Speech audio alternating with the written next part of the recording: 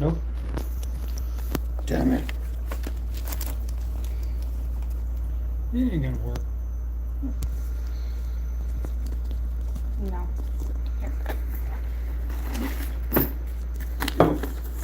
Whoa.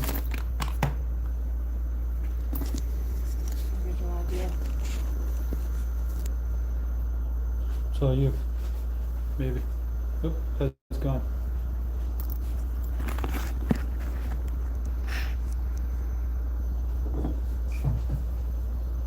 Yep. Guess it'll work, eh? Mm-hmm.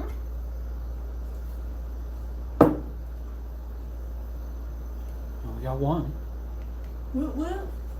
One's better than none. We got three. Oops. We're just not as popular as we used to be. We got 5 and a thumbs up already. What?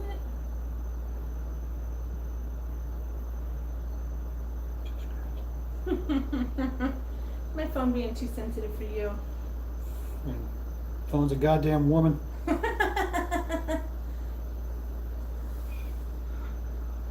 What up?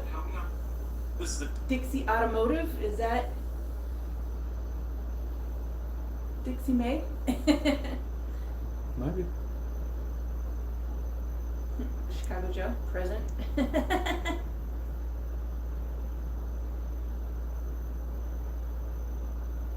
How is all 15 of you doing?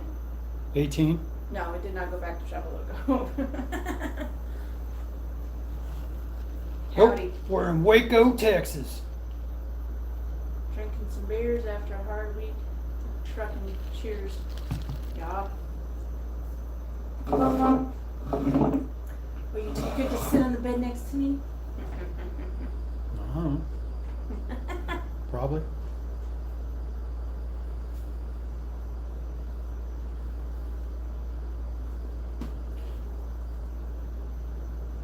Yeah, I got a cool shirt. Damn it. Straighten out. I've had this for a little bit, but I always like it. He's so gangster. He's straight out of Lubbock, yo. The day before, when I was going down to Brownfield to pick up Lubbock, Yeah. there was a couple of Odelay dudes from Lubbock or whatever out there working on the gas pumps. He's all yelling at me because I was walking in that shirt. And he's Right. like, "You're straight out of Lubbock!" From across the parking lot. And I'm all, "What?" He's like, "Straight out of Lubbock!" And I'm all, "Yeah."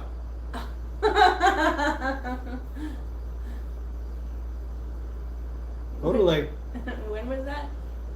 day before when I went to Brownfield to pick up Oh, the peanut butter. Brownfield. I'm thinking like Brownsville. It's like, Feel better. Oh yeah. What What's up? up? What's up, Greg? What's up? Running. Is it? he likes the shirt you're wearing. Oh. What shirt is this? It's a Metal Militia? Yeah, Metal Militia. It is a Metal Militia shirt. Sure. I haven't been on too much lately. My beautiful wife passed away at 42 after 18 years battle with cancer. Oh, I'm sorry. Damn. I mean, Sorry, Joe. at least she fought that shit for 18 years. Hell yeah. We're in Waco. Waco, Tejas. Yeah, sorry about that, Joe. Shit, man. Yeah. Did you get the new job? No. I am Say, here, hey, hold on, right? bro. Yeah, she's here with me. I'm here. She's waiting on this place to give her a job, so. Yeah. But it's got 100% benefits and all that kind of stuff, so that's something we'd really like to have. It was going to get hired on. Normally they use a temp agency and you have to go through a probation period and then they hire you on, but the temp agency is given a whole bunch of grief and so they're talking about just going to direct hire me on.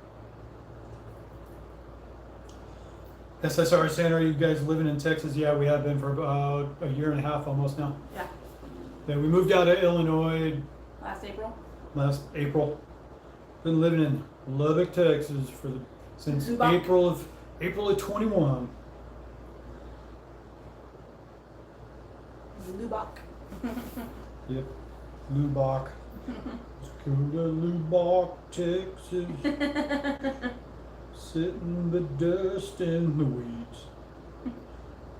Gotta admit, Lubbock actually reminds me of Bakersfield, because I used to live in Bakersfield years ago. Lubbock is comparable to Bakersfield with better air and better thunderstorms and no fog. Chucking my stick finger. What the heck? Any good Italian beef in them? No, No, none. none. Not a single one. Sucked, man. We were thinking about we should open up a Italian beef. We both just got out of the shower because she was riding my face like a dirt bike. You certainly like your desert cities. Yeah, that's where the jobs are. Yeah. I mean, Lubbock is just like high plains, prairie, not necessarily desert, I guess. It's a little bit of a mix. The honeymoon suite, Yeah, totally. Cheapo Motel 6, yeah, that's great. It was all about the honeymoon right here. I think we're past the honeymoon phase. I don't know.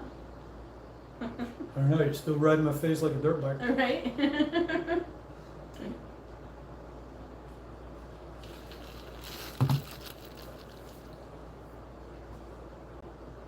I mean, I could tell the story about the other day. How you suffocated me. That was actually hilarious. Solid Gadwa. Truck stop yesterday holding the case up. Case up here. What? Why'd you take the message down? I was trying to. Trying to read it, man. What's up, turds? We know you? Do I know you? Call me a turd. You call me by my proper name. Or whatever. What is it? Bill the Butcher in Gangs of New York. And the chick says, you know, she's like, oh, Bill. And he's all, do I know you? Have I had you? And she's all, no. So then you call me by my Christian name. Instead of just calling him Bill. Right. It was funny. Cool. Waco.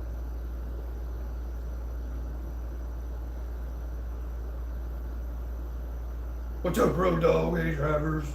So he called it, Carlos says, what's up, turds? Other people say, what's up, driver? Right. Really like you guys. You guys are great. Wow. What's up, turd?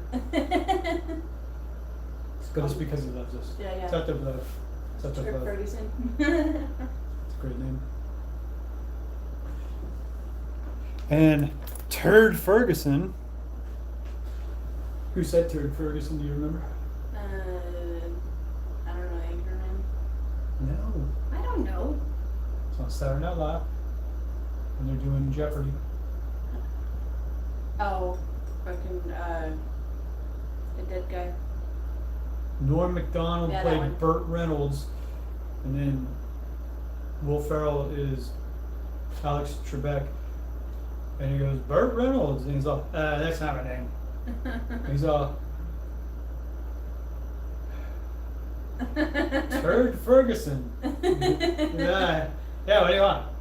Yeah. He's all, you buzzed in. He's like, no, I didn't. It's all classic. Yeah, we're in Waco. Yeah, we're in Waco. I guess we should have put it in the title. Everyone keeps asking. We're in Waco, waiting to pick up our load. They're making it tonight. Over here at the Cargill facility, it's a load of turkeys. Going to Seattle. We're going to Seattle and then Grandview, Washington to the Walmart. We're going to be there by the 7th. Yeah, Wednesday. So we're just waiting on the load to be ready, and then we're going to bust up there and drop that. But we started off 2 days ago. I left out of Lubbock. I went down and picked up a load in Brownfield, Texas, a load of peanuts. Took that up to the Mars Candy place in Topeka, Kansas. We got up there yesterday morning, and then Did a drop and hook. did a drop and hook, grabbed an empty, went over to Olith, Kansas, to Arlington. Oh, I don't know what what Olaf was. did we pick up there? Frozen shit. Is it we Oh, took- frozen. It was a Tyson plant Oh. in Olith, and then I don't know. I we was waited for sleeping. that. Yeah, you were sleeping. Had to wait a few hours for that. Got some good chin food while we were there, and then It's Chinese to the labor. Yeah. Did you get the plastics job? Not yet. No, not yet. Working on it. Working on it. So we went to Olith, picked up a load of Tyson, and just came down to Arlington this morning. Had an appointment for 3 a.m. in Arlington. Stayed there till 7 a.m. Yeah, we got there but just after 1 a.m. Stayed there till about 7. And we came down here to Waco, dropped our trailer off at the Cargill plant, and then now we're waiting. They said it's going to be ready late tonight, but we don't have to be in Seattle until the 7th. So we just got a room. Yeah, It's we like, got screw 5 it. days and it's I gonna want to take a us shower, 3. get something to eat, and we're going to get hungry. We want some dinner. It's like, Yeah, it's I don't want actually, to sit in some parking lot all night. yeah. Yeah, for them to call us at like 3 a.m. or 4 a.m. or something. Oh, Chris is asking, whatever happened to the white truck? We sold it. Yep. Sold it. Rates are dropping. Yeah, things are getting worse. It sucks. Yeah. Want to do some dirt biking? Maybe in a little while. I took 2 trips. I'm good for now. Took 2 rounds around the track. Dropped 2 burnouts. Right? Pop 2 wheelies. Yeah. Hey man. Hey, have any of you guys watched Yellowstone? That is a fucking awesome show. Kevin Costner. Yeah, I was Yeah, just. if you have a chance to watch Yellowstone, it's really good. No, it just he keeps saying like riding like a dirt bike or whatever, and then like the chick on there, the daughter, she's got such a foul mouth, dude. She cracks me up. She walks around like she's a dude or something, and like No, she just walks around like a chick that don't get punched. Yeah, she gets punched. She just doesn't give a shit. Hey, she still gets back up. Yeah, You gotta she give gets it to back her. up with a smile. Tough broad. Yeah, but she fucking has one saying in there like, if you're not gonna be smart, you better learn how to suck dick like you lost your car keys in it. Well, the other one too, when homeboy goes down to Texas to the 4-6 ranch, Yeah.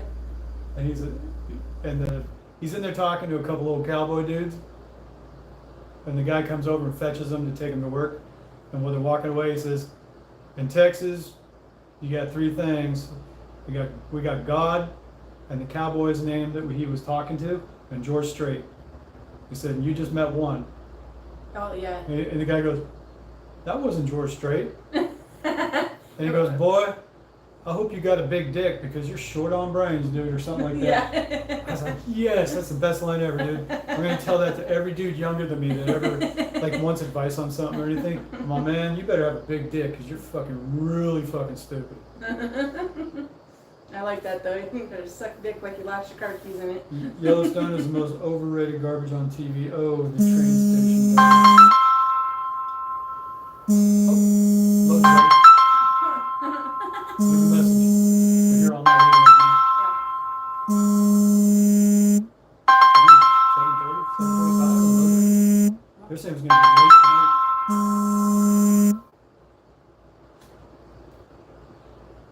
I'll still be there in the morning. Yep. No, it's a drop yard, dude. Yeah. We got plenty of time to get there. I'm not worried about it. Is Selena's older son driving truck? No. No. You don't want to drive truck. No, he doesn't like driving. Yeah, he don't even like driving a car. Like, even a 5-10 minute drive across town is too long for him. He's like, nope. Yeah, when we moved from Champaign, the drive Yeah, down. the longest drive he ever took. Yeah, the longest drive he ever took, where he actually had to drive.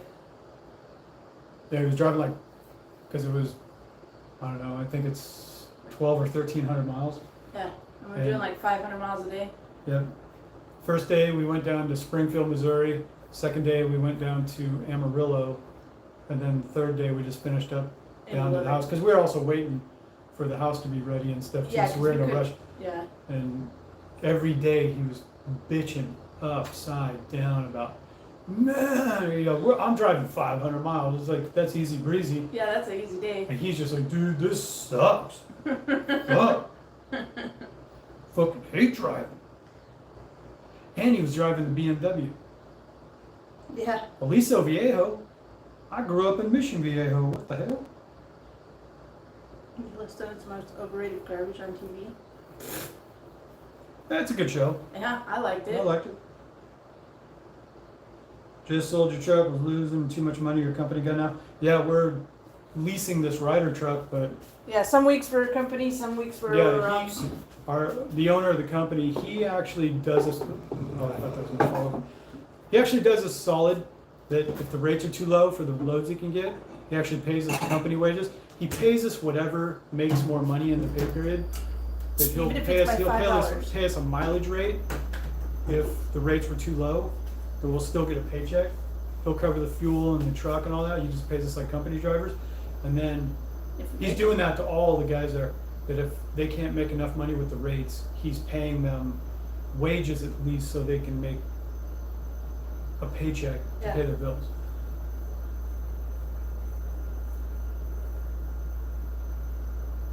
Hello from hell. It's hot as hell here in California. It ain't hot here. What's up, Dave? It's like only in the 70s out right now. Yeah, it's raining, thunderstorming today, all that kind of stuff. In Lubbock, like the new average is like 80 something degrees. I was looking at the weather for like Salt Lake and stuff. It's gonna be like over 100 degrees. Yeah, you're talking about being a company guy now. Like this time we're out because we went from Brownfield, Texas, from the beginning of this pay period, Brownfield, Texas, went to Topeka, Olathe, down to Arlington, now we're in Waco, and then we're going to Kent, Washington, and back to Grandview, Washington. We're gonna make just about $20,000 gross for all these loads, and then, well, 20,000 because he's gonna get us a load of apples back down here. Yeah, we're up to what? That's 12.5. We're up As soon as we get 12.5 down right up now. in Washington, we're at 12.5.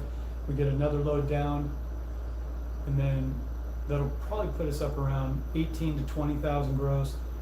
Fuel comes out, truck payment comes out, insurance and whatever comes out. We'll make about $8,500. Yeah, we figured. Yeah, we'll probably be around $8,000 that we'll take home for 2 weeks. I mean, it's still not great for owner-op wages, but hey, in it's this money. market, In this market, it's money. yeah, because we were trying to do milk, but that's like Hit and miss. hit and miss. But it's like even if we even wanted to think about going home, we get out of the loop and there's nothing for like a week. Yeah, if we go home on milk, we just don't take another, oh, we're gonna head back to the house for a night or two. And after we run for a week, we sit for like 5 days. There's no more milk. It's like, Yeah. what the hell? Yeah, And it's like then- we were doing really good there for a second, going to Louisiana a couple times, then we got back and then she's like, okay, I'll let you know. And then like, we were 4 or only- 5 days went by. Yeah, we were 100 miles from home, so we're like, fuck that, we're gonna go home. And she didn't never call back, so it's a good thing we didn't wait for a load. Yeah, and then, yeah, meat loads, because we do Cargill, JBS, any kind of meat. These The rates meat are load, like, I know we were going to Freona, I mean- Freona, Texas, and they can't even get $2 a mile right Yeah. now. Like there's no work. That load, last year we were getting $7 a mile and shit. This year, not even 2. Yeah. It's like, not even worth it. Like I was saying, the This- video I just made the other day though about, you gotta anticipate too that freight volumes through next year, if produce in California is that stagnant and they're not growing anything, Yeah, you all gotta those people- anticipate that freight levels too. It's not about the rates you can get or the amount of trucks. If there's no freight to haul, that's the other thing. If we're gonna be in mass shortages, the trucking market's gonna be saturated with trucks and there's no freight to haul. Be prepared, make a plan. And That's why I'm waiting for this plastics jobs, because it's got the benefits and everything, and in case we all have to transition out of trucking, yeah, I mean, that we're might trying be a to legit situate thing too. ourselves to. We gotta go get other kinds of work just to pay the bills. Yeah. Trucking may be that dead by next year that we just gotta wait it out. Yeah. And maybe come back later, maybe not, I don't know. Yeah, we're hoping to make it at least through till we can get a cheaper house, but I'm drinking the nastiest wine in the world. Bones, Mad Dog, Merlot. Manischewitz. Manischewitz. White Zinfandel. Like drinking Manischewitz is literally like drinking grape juice. It's like Bones. Oh. I mean, at least it's sweet. Is it strawberry wine? Oh, that's not him. Strawberry wine. That's not him. Oh. Roscoe. No, yeah, Roscoe's drinking the nastiest wine. Roscoe Pico Like Tree. I'm drinking Rossi wine right now. Rossi Sangria on ice. I mean, it's kind of my go-to. Strawberry Hill. Woof. It's not even wine, dude. Actually, Boone's is actually malt liquor. It's not even wine. Yeah. How's the lease work out? The rates are alright, it's fine. It's 56 cents a mile. Yeah, the truck costs 56 cents a mile, And anything up to 10,000 miles in a month, and then it goes to 36 cents a mile over 10,000 miles within a 30-day window. So the more miles you run, the cheaper it gets actually, but we haven't been getting that many miles. No.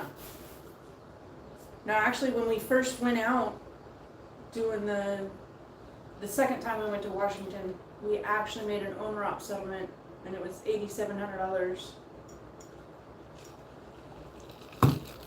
Yeah, the money is not what it was. No. Where Because he was doing that by himself. I was doing more than that by myself. Yeah.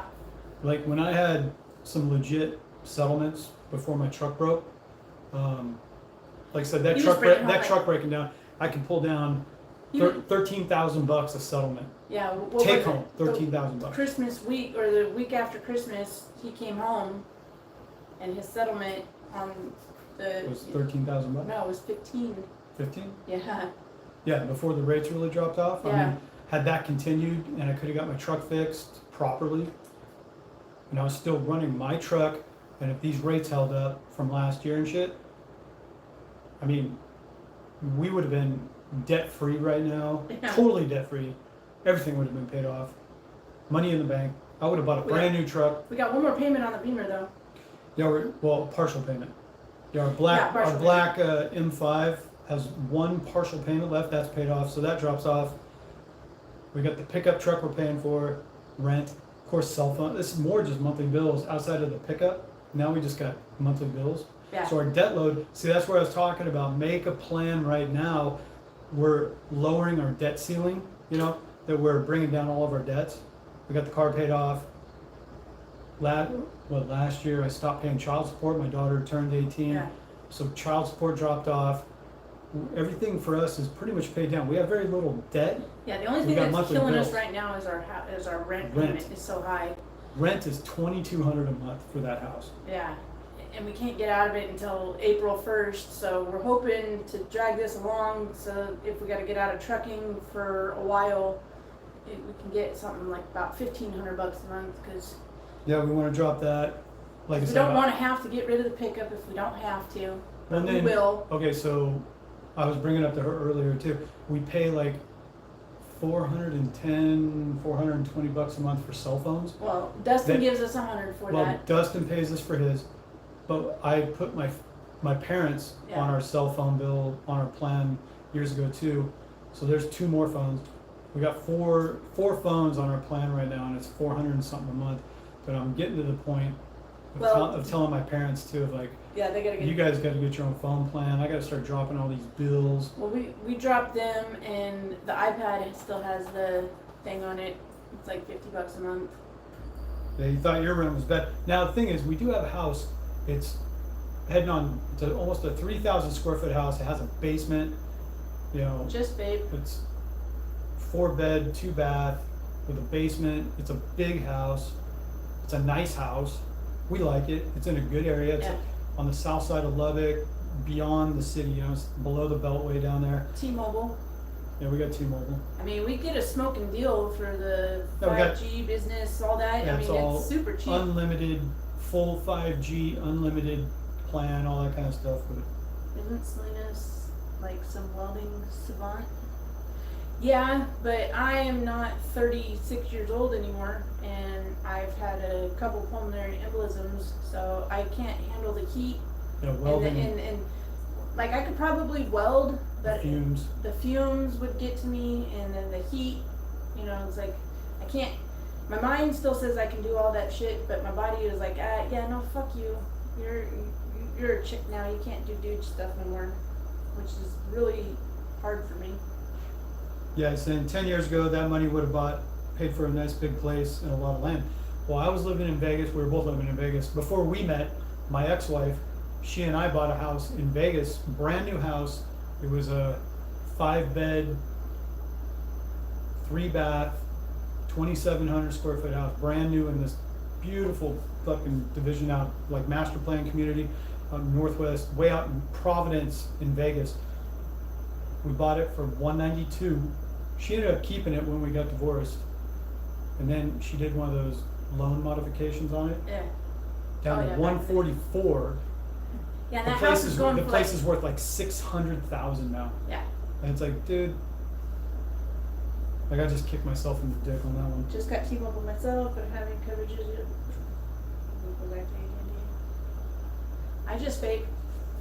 Now, as far as T-Mobile goes, We've had we more. don't have any problems with T-Mobile as opposed to Verizon. Verizon has some stronger areas, AT&T has some stronger areas, but T-Mobile bought out Sprint, and then the two of them combined, they got the biggest network now. Like I used to, years ago, I'm talking like back in 2014, if you went through Wyoming or Nebraska, dead zone. it was a dead zone. You had no coverage whatsoever. Yeah. It was all And now you Verizon and AT&T.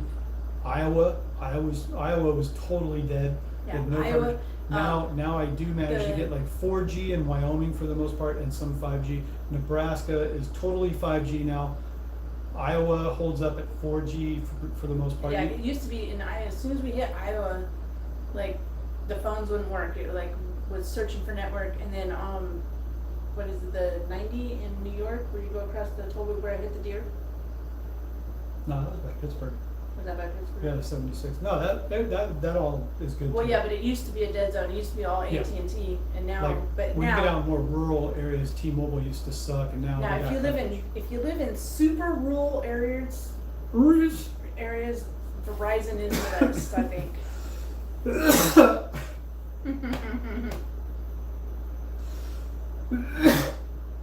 I'm glad I can amuse. Fuck, yeah, dude.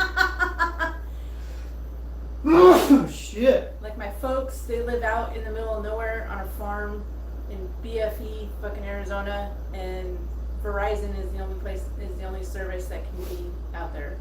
Because when my youngest son was living with them in high school, we had him on our phone line, but he never had any service, so he had to go on his dad's phone plan, which was Verizon. What the hell is that shit? I don't know. Or what? We got the TV. It's just on hotel shit. It's on VH1 or something. No, it's a MTV like throwback or something, like the old school. It's showing 80s videos. I don't even know what the fuck this is, dude. Like the one dude's got some crazy ass guitar. Look at his piano. It's like SpongeBob. Look at that guitar. I mean, it's all just show. It's not real good. I was looking at it, I'm like, what the fuck? Here, let's listen to it for just a second so we don't get a copyright. Oh, I know this song. I don't want to play too much so we don't get a I'm trying to copyright. remember the chorus. It's fucking retarded. That's what it is. 80s. What's up? What's up, Steven? Yeah. Hospital light rooms. Like there's one right behind each of our heads. Yeah. I was gonna say if you lean back a little bit, like you're trying to. Oh, the other way. Looks like get a halo light over your head. There it is. Oh shit! Back a little bit. Oh, we're angels. Goofballs. Yeah, if we turn the volume up for too long, it'll give us a copyright. Although we usually don't monetize. Yeah, it. you want to order us a new truck? Go right ahead. Hey, we dude, will take your go- money. Go find me a W900 565 Cummins X15 86-inch sleeper. 86-inch sleeper, 18-speed, 336 rears. You know. Now, and I saw when we were in Amarillo the day before, we were pulling out, and I pointed out to Selena. I go, "There's my fucking truck." Yeah. It was a W900. Royal blue. It was like a navy blue with the white Seminole paint job on it. I go, "That's my truck right there. That is my favorite one." 86-inch sleeper, 285 wheelbase, roughly. You know, An can vary. 880. 880. You mean the 990? I mean, I'll take that too. I mean, if it's a truck that somebody's given to us, Yeah. Yeah, the W990. 990, yeah, those square noses, those big, the new body style that came out with a because few they years got ago. the 680 inside, and it's got the table and all that. I loved it when we had the 680. I didn't like the way it looked on the outside, but the inside was really nice. Yeah, the 680, well, the 990 It's got the 680 is inside. a big square nose, longer wheelbase, like a heavier truck with the T680 sleeper. That's all it is. Yeah.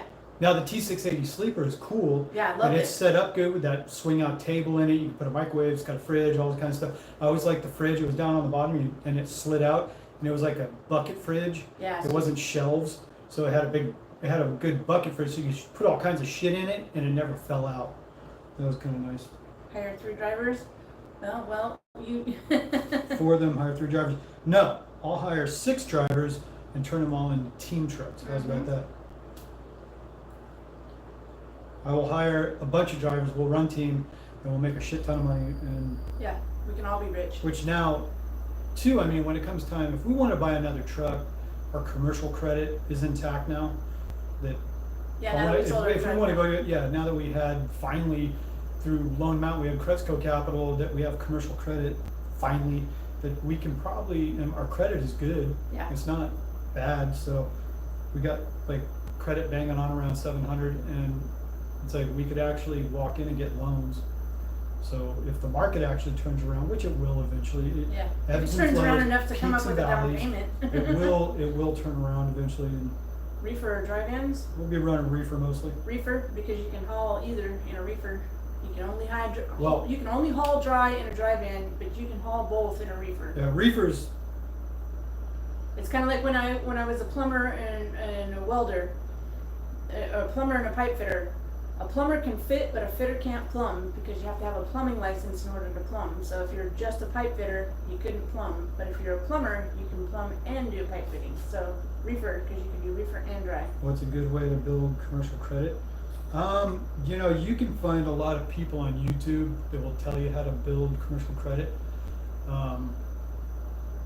Mainly, commercial credit is going to be a thing of under your LLC. Yeah. You've made a purchase, and we made a purchase of the truck from Lone Mountain under our LLC. So once you establish yourself for a couple of years, like we did with this truck, 1 year, typically, if you finance something commercially under your LLC for 1 year, and you remain in good standing with it, Yeah. a lot of times after that point, commercial credit will kind of carry you after that. Yeah. As long as you don't default on anything. Yeah, don't default, don't be late. Yeah, never late or nothing, because commercial credit's super strict. And that's been the good thing for the past several years. We have not been late on anything. We haven't fallen short. So actually, commercially, credit-wise, we should be good if we wanted to start expanding. But I don't want to expand in this market. Yeah. That's the other thing. I'm gonna wait. I'm not buying equipment right now. It's super overpriced. You know, I'm Oh, not. hi, Michelle. How are you? Oop. My cousin Michelle. Oh, hey, what's up? Beautiful cuz. Oh, Right. don't talk about me, whatever. You should guys too. Where are you going to park them and service them? I mean, What up, John are G? you being legit? What's up, John? Where are you gonna park them and service them? Well, if they're new trucks, they'll get serviced at the dealers, of course. And the nice thing about Lubbock, there is a Kenworth and a Peterbilt dealership in town, and they do all the servicing. That'd be easy enough. And, well, There's it's a on- yard where we have all the trailers at. It's on probably, I-27. how many acres is that, you think? Probably Oh, he's got about 15 acres maybe? 15 acres of Yeah. park, and he's got new reefers, and he's got, And he's got a we do new milk fence tankers. with It's all barbed fenced wire. off with a security gate and everything. Yeah, he's got a full shop and he's got full-time mechanics. He's got 1, 2, and 3, and he's got a 4-bay shop with hydraulic lifts to put all the trucks in the air. Yeah. He's got mechanics. He's got 3 or 4 mechanics right now. no, there's nowhere to park him inside. No. But he's got all high-tech security that he pays top dollar for. He just put in fencing with barbed wire around it, and it's got a you gotta type in a code to open the gate and all kinds of Yeah, shit. it's got a security gate and everything. It's all fenced off. It's secure, and it's in Lubbock. There's nothing going on in Lubbock. Yeah, Nobody next to messes with Klondike. anything in Lubbock. It's all Yeah, it's all country. Yeah, it's right next to Klondike in on I-27 frontage road. And you want to look it up. Yeah, you could actually look it up. Look up healthy trucks are wealthy trucks in North Lubbock. Yeah. Just off I-27 on the frontage road. It's right by the airport, right by FedEx out there, all that stuff. Growendike, It's about the hazmat hauler, Growendike. 370 miles from Dallas. Yeah, it's about 6 hours from Dallas, 120 miles from Amarillo. You know, Lubbock. No fuel and def on site, but Love's is like a mile he down has- the road. No, he doesn't have def on site. That's lube Well, oil. He has lube oils and everything Lube on site. oils and everything. Yeah. But also too, he has another 30. No wash bay. No. We actually want to start a washout business. Yeah, we want to start a washout. So good. We want to get it. We want to start a washout business. Yeah, anybody wants the insight on a business to look up starting in Lubbock? What's the name of the cheese place down in there? I don't know. It's I forget the name. the cheese plant. Yeah. Just look up, if you want to Google cheese plant in Lubbock. Supposed to be up and going. They're What, going to be like shipping over 1 million pounds of cheese per day out of this cheese plant in by Lubbock 2024. by 2024. But reefers are going to be going in and out of there nonstop. They've broken ground on it, but it's not going to be open for a little while. But we immediately thought if we could get a couple of acres out by the cheese plant on the east side of town, outside of the loop, and we set up a couple of wash bays. There's no blue weekends in Lubbock, and there's only No. one all-star No, truck two. wash. There's Two all-star. Two all-star truck washes. And they're overpriced, and they're not near anything. Well, they're in the center of town, which is fine. But this cheese plant going in is going to be huge. And if we just do washouts only, no truck Washouts washes. only, no truck washes. Just washouts, say $35 a pop. And you have 2 bays, slightly inclined. You have an office and everything. And somebody on site too, like I thought, bang me, get a 5th wheel trailer to put out there just and live on site. Yeah. Have 24 hours a day. Reefers can come in any time of night. Yep. You just walk out, wash them out, off they go. $35 a washout. It's a cash cow, dude. Yeah. Yeah, and to get started, you just got to have the land and a fucking pressure washer and like a tank on a trailer. I mean, to get started. I mean. Well, no, to get started, To get started. be mobile. You can tow it around with a pickup truck and do washouts that way. But if you had an actual place out by the cheese plant, a couple of bays set up where they just roll in, hoses in between the 2 islands, and hoses set up. You can just in ladders, and you just crawl up in, wash them out, boom. How much for the land? I don't know. Lubbock's pretty cheap still, actually, but you're talking about east side of town, east side of Lubbock, outside the loop, and it's off of 19th Avenue. It's probably pretty reasonable out there. If you wanted to pick up like a couple of acres You're on probably the talking. east side of town right there, off 19th Avenue and the 289 Beltway on the east side of town. You're probably talking less than 50 I mean, this grand. is just me thinking, if I had the means to do it, I would do it, but I don't. If somebody had the means, I'm giving you a business idea right Yeah. now. Inside of 2 years, that cheese plant's gonna be open. McLean Food Services right there. Everybody's shipping reefers, especially with the cheese plant, and shipping over 1 million pounds of cheese. Yeah. Because they got all the dairy plants out there, that's why they're doing it. Yeah. But they got all the milk coming in, they can make cheese. So they're gonna do it. You got Southwest Cheese just over the line in Clovis, New Mexico. Yeah. This place is gonna be even bigger. It's gonna be huge. So, Yeah. Yeah. Like all the milk tinctures are going to come in, but they'll have all this stuff set up for the tanker washouts already. But then, once they make the product to send it out, all the reefers are going to have to get washouts before they. food grade. Yeah. Big enough for a 100 by 100 shop in your house. Yeah. I think Stefan's pulling our leg. He is. I mean, he's got some good ideas though. Well, no, he's going with it. Yeah. Like I said, when you get ideas, this is what you gotta do. You gotta spitball it. Yeah. You gotta look at what's profitable, Well, what and may if be, you- what may not be, all this kind of stuff. You gotta hash it out. Well, and then you find investors and everything because Yeah, most go to the people, bank. You got to go to the bank and I wanna buy this land. I wanna set up a washout business. I'm gonna live on site. Yeah. How's about that? Call me 24/7. I'll come out and wash out your trailer. Yeah. I'm willing to Between put in me, the effort. him, and both of our kids, it's like 24 hours a day. Everybody go out and wash out some goddamn trailers. Buying it for you guys. I'll believe it when I see it. You. It's gonna buy us. So Roscoe says, doesn't having a loan on a semi count as commercial lending experience? Yes. Yeah. That's why I say Depending on where you get it from. because we went to OTR leasing and that was not commercial credit. Yeah. We leased a truck, but they did not apply it to our credit. It was like through them. Yeah, it was kind of like They didn't put it on our credit. a buy here, Cresco, pay here fucking. Yeah, it was a buy here, pay here. Cresco Capital through Lone Mountain was a Legit. commercial lending thing. We got the truck, we paid it off, we sold it. It's good. So we got commercial credit now. Yeah, I get in a commercial lot. Yeah. That too. I mean, if you want. If you want to open up a truck Well, stop, if you could thought about find that. if you could find some swampland around Dallas or some swampland around Chicago and turn it into truck parking, yeah. Yeah. Yeah. No loans, all cash. Yeah. I mean, if you got that kind of fucking cash to throw down, yeah. Yeah. Yeah, if you wanted to buy it yourself, Yeah. and then you lease it out. You make money on the lease. You know. Yeah. You know it's like trucking companies. They make like Prime makes all their money on leasing. They don't make money on freight. No. They can cut the rates on freight because they know they're making so much money on the leasing. Yeah. That's the point.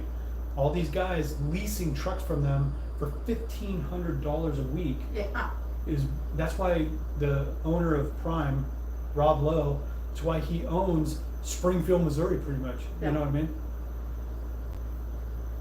Yeah, Stefan, you need to email us because Yeah, if you're serious, email if you're us. serious, then let us know, and we'll start working on some plans, dude. And I'll draw some stuff up and everything.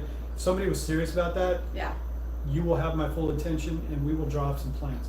But We'll sign agreements and fucking whatever it is, and we can all be rich. But I like your energy. yeah, I like your energy. Even if you're full of shit, I like your energy. Yeah. Because we talk about this shit all the time. Well, and that's where it starts. We just don't have the means. People get caught up in the thing of like, but I have my job. Quit your fucking job. If you got an opportunity, go after it. Because guess what? You can find another job. But when you have the opportunity to go open a business for yourself, build something, if you got an idea, go after it. Yeah. That's where, You don't okay, have. I got ragged on for a long time because I quit jobs. Yeah. I quit jobs in a heartbeat. I would quit because I saw an opportunity and I go after it. But you quit your job. You're not loyal to the company. Oh, you've had a lot of jobs on your resume, haven't you? Yeah. Yeah, I'm not Suck loyal my to making. dick. I'm not loyal to making someone else rich. I'm No. loyal to making myself rich. If I see an opportunity, I go do it. What up, TTK? What's I don't up, know. Taylor? Where's the pizza, bro? Where's the pizza? We're waiting for you, man.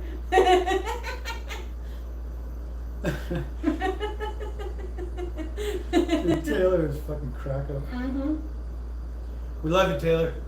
Like I said, we always got a spare room for you, dude. What up, Kurt B? You still watching, Michelle? Or did you get bored already? I want to get a lease purchase program that I will get heavily screwed on. Is that possible? Yep, you can pretty much call any mega carrier. Call Prime. You'll get screwed Call real Prime, good. call Swift. Yeah. If you call like anybody. it bent over with no lube, go to Prime. Yeah, you want to get fucking fat-fisted by Andre the Giant with no lube, no spit? Go ahead, dude. Now, okay, I will say. Yeah, that's in the right terms of email. like someone like Junior Honduras, he's done very well at Prime. He gave it. But he gave it 10 years. Yeah, he gave it 10 years. Though. And he's a trainer. He's now in a position 10 years later, which okay, cool, but I didn't have that kind of patience. I didn't want to wait on Prime to dictate my success. I wanted to go make it for myself. Now, are we better off after these years?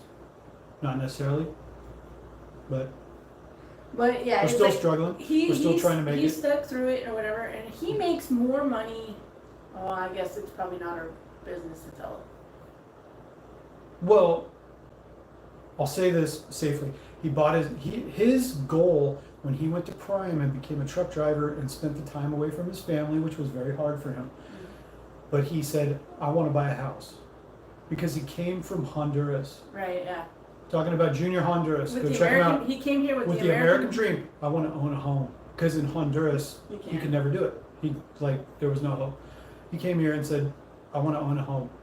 want to have a family, and I want to own a house, and I want to take care of my family. Yeah. He went out and he did it, and when he bought his first house, he, over the moon, you know what I mean? He achieved what he wanted to. Then he went out and bought more trucks.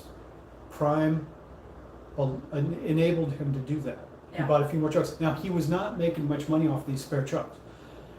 To be said, you know, he was just basically covering the trucks, but now he's paid them off.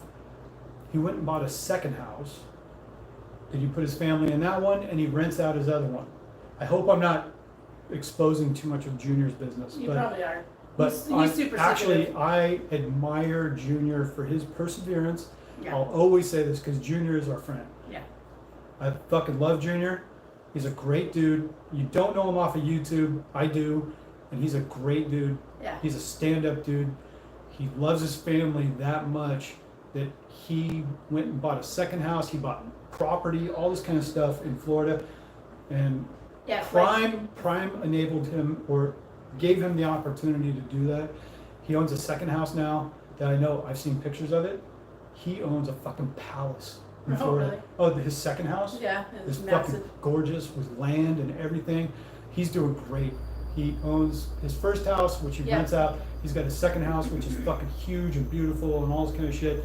And he owns land and shit now, and he's got a couple of trucks. So Junior's doing great for himself. Yeah. He gave it time. He gave it over a decade. He started Yeah. He in stuck like through it. 2011 or 2012 at Prime. Yeah. He stuck with it. He stuck to Good it. for him.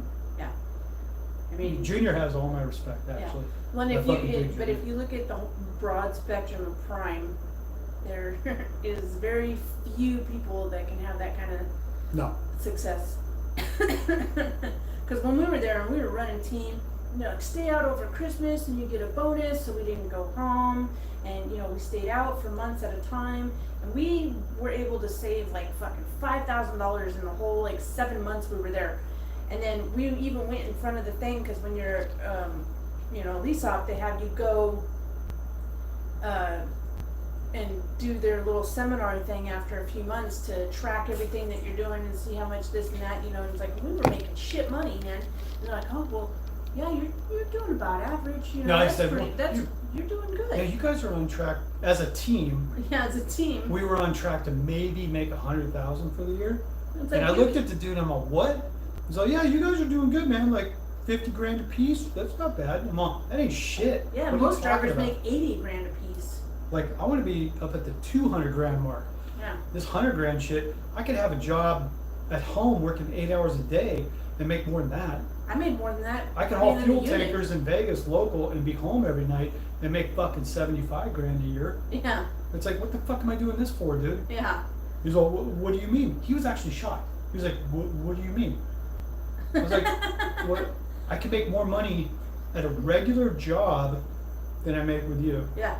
Well, it's like You guys need to step for it our up. highest paying load at Prime, we got from fucking San Diego going to fucking Maine was $5,800. That was the highest paying load, and we thought we hit the jackpot with that. Yeah, we're like, oh my God. $5,000 for a team to go across country, tip Which- to tip. If we were owner ops, We and would've booked made, that, like, triple we that. would have made fucking 10, 12 grand for that kind of load. Yeah, I was like, easy. fuck you, for a reefer load, that would have been like $11,000 or something like that. I was like, fuck you, dude, we're making half. Yeah. And that's what we learned. What Prime does is they'll book the load for $11,000, and they'll send it to you for $5,500. Yeah. They'll take half of it and shove it away, and then they tell, oh, $5,500. And it's Yeah. like, oh, okay, you think you're doing good. It's like, oh, $5,500. Well, why do you think? Okay, so at RST they get the fucking white sheet, which is the main thing. That's why the dudes at RST get more for their loads than the ones at Prime because Yeah, they go to get the RST. white If sheet. you want to run Prime Freight, Yeah. go to RST because they just take a fee out of the rate, and they get the 100% rate, and then they take a percentage off top, and they give you the rest. RST is probably where, if you want to run Prime Freight, RST wanna is going run to give you the Prime most. Freight. They're going to give you the squarest fucking deal you're going to get. Go to RST. As an owner op, if you got your own truck, Yeah. go get your own base Yeah, plate because all and they- run for fucking RST, and you'll get the most money on Prime Freight. But then you're dealing with a huge network of freight, and then you get to use Prime's fuel discounts. You get to go to their terminals. You get to use their maintenance and all that kind of shit. If you're on their carrier program, if you go to RST with Prime Freight, was about the best deal I saw to work with Prime. Yeah. RST, because they charged you like $550 or something like Yeah, that. it was just for minimal shit like your insurance and your ELDs. Yeah, just to cover everything. They just took their fee and then they gave you the rate. Yeah. And It they was got like- the white sheet. They got the original rate. Yeah, they got the original rate, and they just take their percentage off the top and give you the rest. Yeah. So if you want to go run Prime trailers, be And power only and run Prime trailers and get And the be in most out of it, And have the Prime network to your Yeah. advantage. Riverside Transport, RST out of Houston was where Little Guy works and all that kind of Yeah. shit. And then I think Trucker Brown was working there, and And the other one that I forget. did real estate now. What's his name? The white dude? Oh my God, I can't remember his name anymore. But he He had no, the, he the- capped out. He yeah, the fucking split. Cupcake Gang or whatever his name was. Oh my God, I can't remember his name anymore. Little scrawny white dude. Yeah. But he ended up he ended up fucking washing out. And Yeah, but he bought too many trucks. He He went got like bankrupt and leased his truck. I think he had LaShawn Parks too. I don't think he did RST, did he? I don't know if he I did can't or not. remember. I Anyway. don't remember the other guy though, but he had like 8 or 9 trucks, and then but he didn't make it through. It was too. He grew Woody. Woody, yeah. It was too fat. It was too much too fast. Too fast. Yeah, he went in balls deep on it, and he lost his ass, and then he became a car salesman and all this kind of shit. Well, he was Last I into saw real of him. estate. And then real estate too. Trucker Jukebox. I Is did Trucker not get the Jukebox job at yet. RST? Yeah, Trucker Jukebox. I think he's at RST because Little Guy still talks to him. Yeah. So he must be at RST because Little Guy's at home recruiting for RST, I guess. I haven't kept Building up. his fish tank. Well, I haven't kept up with Matt in a minute. Well, he so- doesn't put out anything. Does No, he anybody doesn't know make- what he named his dog? Yeah, I saw a thing a bit back that he brought home a dog and Yeah. was What it do you what kind of name dog it? was it? A pug? Yeah. No, it was a Was Frenchie. it a French bulldog? Yeah. Yeah, yeah. Oh, yeah. Totally. He shot for Oh, the yeah. moon. Yeah. No, I'm not ripping on that Woody dude. No, he If just you have- if he you grew s- so big too Okay, fast. this- That's where he went This wrong. is a thing where if you want to know me, you see an opportunity, you go for it. I wonder if he tinted his fish tank. You see an opportunity, you go for it. Okay? Don't worry about your job. If you're a truck driver, I've had a million jobs. Literally, Yeah. I think I've had a million jobs. I don't care. People, like even my ex-wife, she used to rip, you've had like 100 jobs. Bruh." Okay, and? I And? still make more money than you. You're sitting at your fucking shit job. that you hate and make no money, no matter how many But jobs you're you gonna switch. rip on me. You've had 100 jobs in your life. Literally, I think I've had 100 jobs in my life. Yeah. Well, it doesn't From the matter time, though. well, I started working when I was If the 9. bills get paid every month, who cares how many I jobs you started got? working when I was 9. I picked up 3 paper routes, and it was off to the races from there. And then I started working fast food. When I was 13 or 14, I got a job at Orange Julius. And got felt up by that Asian I got lady? felt up by my Korean boss lady. She would rub my When balls. he was 13. When I was 13 years old, and she was like 50, and she would rub my balls while I was prepping food. She'd come up behind me and literally stick her hand between my legs and sit there and stroke my junk. And, be like, and she would whisper in my ear like Joe Biden, sniffing my hair and be like, "You're doing a very good job here." And I'm all, thank you. Like, I literally got felt up by my boss when I was 13 years old. Laguna Hills Mall, Orange Julius, 1987. That's hilarious. Someone asked what we thought about Joe Biden's thing. It was the a speech? it was a ripoff from Bush, but No, Bush was talking about well, terrorists. No, I can only say this. He's trying to be a Republican when he's not. He's trying to fucking pull Call the wool. that, call whatever little phrase, acronym, whatever, FJB,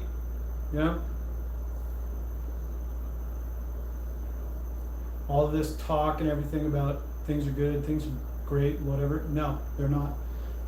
Fuck you. Fuck whatever this is. Yeah, fuck, whatever fuck he this is. world that we're in right now and everything. Well, like I told I'm him, not very political, but whatever this is, you can suck the back of my sack. I don't give a shit. yeah. Well, and like I told him, I said the speech itself was a good speech if it wasn't coming out of his mouth, because we all know it's bullshit. It's just a bunch of words. Yeah, Just a bunch of gibberish coming out. there's actually a great YouTube channel if you want to go check it out. It's called The United Spot. The United Spot. And he puts up little parodies of... Oh, is that the one with the claymation things or whatever? No, it's not claymation. Well, they use a whatever it filter that they put like Biden's face, Pelosi's face, and whatever on Oh, yeah, characters no. and stuff. And it's so funny. The United Spot. It's fucking hilarious. Go look it up right now. And then come back. I watch those. They're hilarious. That it's got like Joe Biden and Hunter Biden in Yeah, prison and together, they're all talking and they're like, shit. but they put like Joe Biden's face on a character or something like that, but it's like this barking little mouth, and they're like, "Hey buddy, what's up?" And he's like, "Hey dad, what's going on?" And they do this whole thing and shit, and it's fucking hilarious. The United Spot. I think it's fucking hilarious. I think it's hilarious subscribe and find them out and all that kind of shit. I think they're fucking funny. too. Yeah, let's go, Brandon. If anybody doesn't see the corruption and bias and double standards going on in this government and the world today and everything going on, I don't care about Trump. You can say whatever you want. Yeah, it's all about But distraction. Anything it's all you about do- distraction. It's all about, changing the narrative. We're evil, they're good, or we're good and they're evil, or whatever. I don't watch the news. I don't do any of that shit. But common sense should kick What's in. up?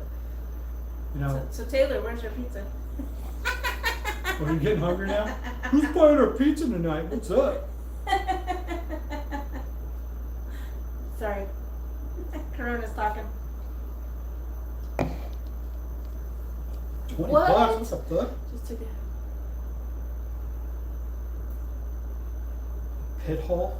Nice. Oh, down a pit. Well, if I could and back belly up a down, truck- down another pit. If I could feel confident in backing up a truck, I could get a decent job hauling mail. First check was large, like a rhino taking a huge poop. Hell yeah, buddy.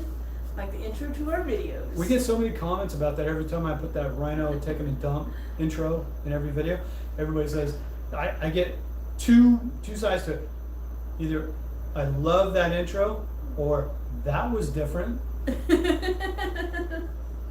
Or the gay guy when he's like twerking and shit, and then at the end he's all shaking his ball sack in the thing, and he's like, "All we are is dust and wind, dude." I love that. Sorry, no pizza tonight. Chuck was in the shop this week, so I'm broke.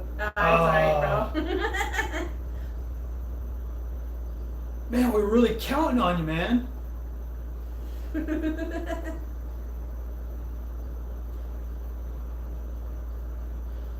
Biden was looking like Hitler last night. Yeah, it's All my fellow Americans. it's kind of funny how you get into this thing with that speech. I watched clips of it and stuff. That Biden's speech last night was like, well, America is so great. America, we America, need America. to be But united. these people over here are the evil ones. That's like, I gotta resonate with that a little bit. That I'm one of those people because I don't agree with you. While I'm not hardcore on the right, I'm not on the left. I'm not this, I'm not that. Don't categorize me. Like, if you're not with us, then you're over here no matter what. And it's like, well... Yeah. Well, now if you're black or Mexican, you can buy a house with zero down. Yeah, and Chase and B of A just put out a program that if you're a person of color, you can buy a house with zero down and zero closing costs. and zero credit. And zero closing costs. They'll give you a loan for a house. And it's like, well, what about me? But no white people and no Asians. No white, no Asian. Yeah. Only black and Hispanic. Yeah.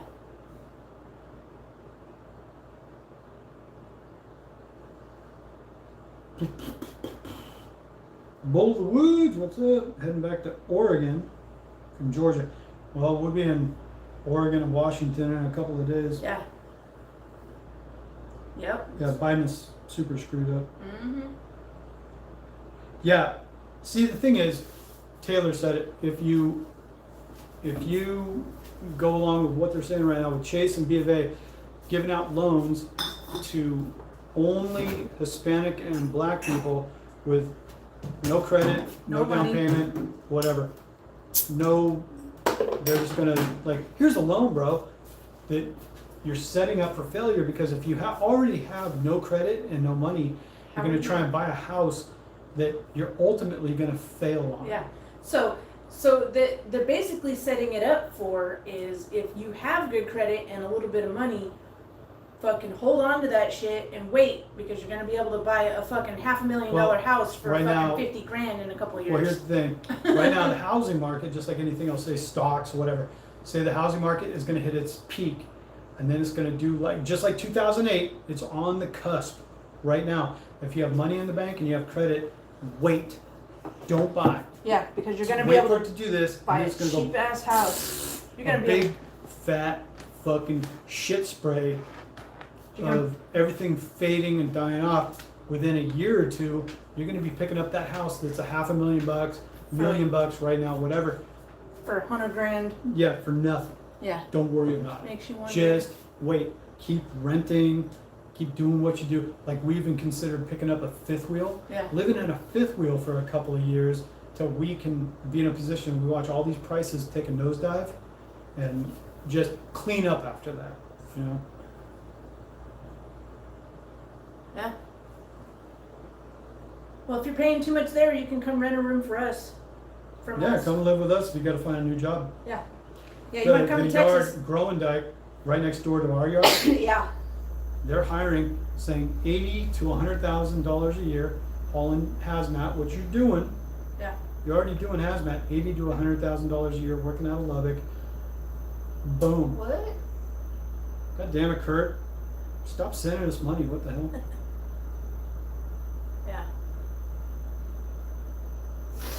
But yeah, I mean, And I think within a couple of years, especially after the midterms right now, we're going to see a huge turnaround, especially by 24. well, that's what that That's why speech they're was trying. all about. Well, that's why they're trying to do everything right now, because they know in a few months they're going to lose their ass, and then when 24 rolls around, and especially if Trump runs again or DeSantis, they're going to clean up, and this whole narrative that's going on and whatever's been happening the past year and a half, they're going to lose their ass, because the truth prevails every time. Freedom prevails. Yeah. The truth prevails. You can't do this forever. And America is the only place where you can snow job us for a little bit. You can deceive us for a little bit, Yeah. but ultimately we're going to come back with guns blazing and be like, no, this ain't happening here, dude. Yeah. You can do that shit in Poland. You can do that shit in Russia. You can do that shit in Yeah. You wanna wherever come- else you want to think you can do it. But here, we've got conditioning. America is the only place that was ever founded on freedom and optimism, and that you can apply the money system, capitalism, but freedom and optimism, everywhere else was founded on oppression. America, even like, America. who is it? The German psychologist dude. Shit. What's his name? It starts with an F. Not Nietzsche, not... Fuck. But he said America will be an interesting experiment. Yeah. Because everywhere else had always been under the guys that were founded under a monarchy, were founded under this thing where we have oppressive Oppression. rulers keeping us down. Frederick, no, not Nietzsche, fuck. Freud, yeah, it was Freud. Sigmund Freud, fuck. He said that America, he even said this like, 100 years ago and shit, that America will be an interesting experiment. Yeah. Because it was the first ever system founded on optimism. That we're gonna fuck all you, Europe and all this shit, and whatever you base on. Now we did follow, Judeo-Christian ethics, and all this kind of stuff. And like the Magna Carta in England and whatever, we formed our own federal constitutionalist republic and all this kind of Yeah, shit. we're republic, not a democracy. Yeah, We're republic. under democratic we're a principles, republic. but we're not a genuine democracy. That's France and shit like that. Yeah. Yeah, they all want to say, oh, this democracy and this and that, and it's like, no, we're a fucking republic. A republic. But- People read a fucking book But that was printed before 1980. It's a but do I fucking dare republic. say that we are in a position as the American people, we can hold our representatives to account and run them out of town on a high horse if we want to. We should be able to, even though they're trying to instill in us that we can't talk back against the government and all this kind of stuff. But America is founded on a constitution. It's a federal republic that we can run our representatives, our voted in people, if they don't do the job they're supposed to, Yeah. which they're all corrupt now. Look at Nancy Pelosi, they get voted in, but they work for themselves and make themselves rich with insider trading, rules for me, not for thee, or whatever, rules for you and all this kind of shit. That I Trump, care about who gets that next. you can love Trump, hate Trump, whatever. It was a Trump- better America. Trump was against the status quo. That's the problem with Trump. Yeah, that's why they hate him so much. That's why they hate him so he much, didn't because want to play ball. He said, "Fuck you." He didn't want to play this He was not going to start oppressive bullshit. He was not going to start a new war. He was not going to, Like, put how up many with status peace quo treaties? bullshit. And he even said it. I'm going to drain the swamp. Yeah. And He was bringing jobs back here. He fucking signed I don't know how many peace treaties. He fucking ended the war and everything. And the minute he was out, what did? They fucking New canceled wars. New we're wars. on the face of new world wars all over the place. Yeah, and canceled all these peace treaties and whatever. He's the only one who threw his dick on the table and fucking walked into North Korea to talk to Kim Jong-un. It's like, who the fuck? Nobody has balls to do that shit. Nobody. Fucking Biden, he shakes hands with ghosts. He don't even know what the fuck he's talking about half the time. I don't even know how he stood up there and said that whole fucking thing. cocaine. Cocaine? Yeah. Jacked up on cocaine. Now there's a legitimate thing too, which doctors have analyzed Biden. This is kind of funny thing too, that doctors have analyzed Biden when he's up there at the podium and really hopping. He's like really talking some shit. But they look at his eyes. Yeah. He has full dilated eyes. He has black eyeballs. And people are saying like, the doctors are saying like, yeah, they got him hopped up on something. He's jacked up on some shots they gave him and shit. He's all fucking, whether like cocaine, speed, whatever the fuck he's doing, whatever derivative of whatever they did with him. Yeah, they had to hype him all up. But then you just look so- at him in another speech, and he's all sitting there all squinty eyed, and he's all, yes, and he's all murmuring and shit. And don't even know where the fuck When he's he's got at. to do a It's big like, appearance, "Dude, they can jack I him go up on some pee-pee shit now? I and go- roll him out in front of the camera. I gotta take a I mean, doo-doo. doctors have been saying this shit. Cocaine with fentanyl? Yeah, maybe. Maybe. I mean, whatever it is, whatever cocktail they give him to get up in front of the camera and go, America, ooh, and all this kind of all shit. I got from his speech was I was like, that is a fucking cry for that was a total Republican speech.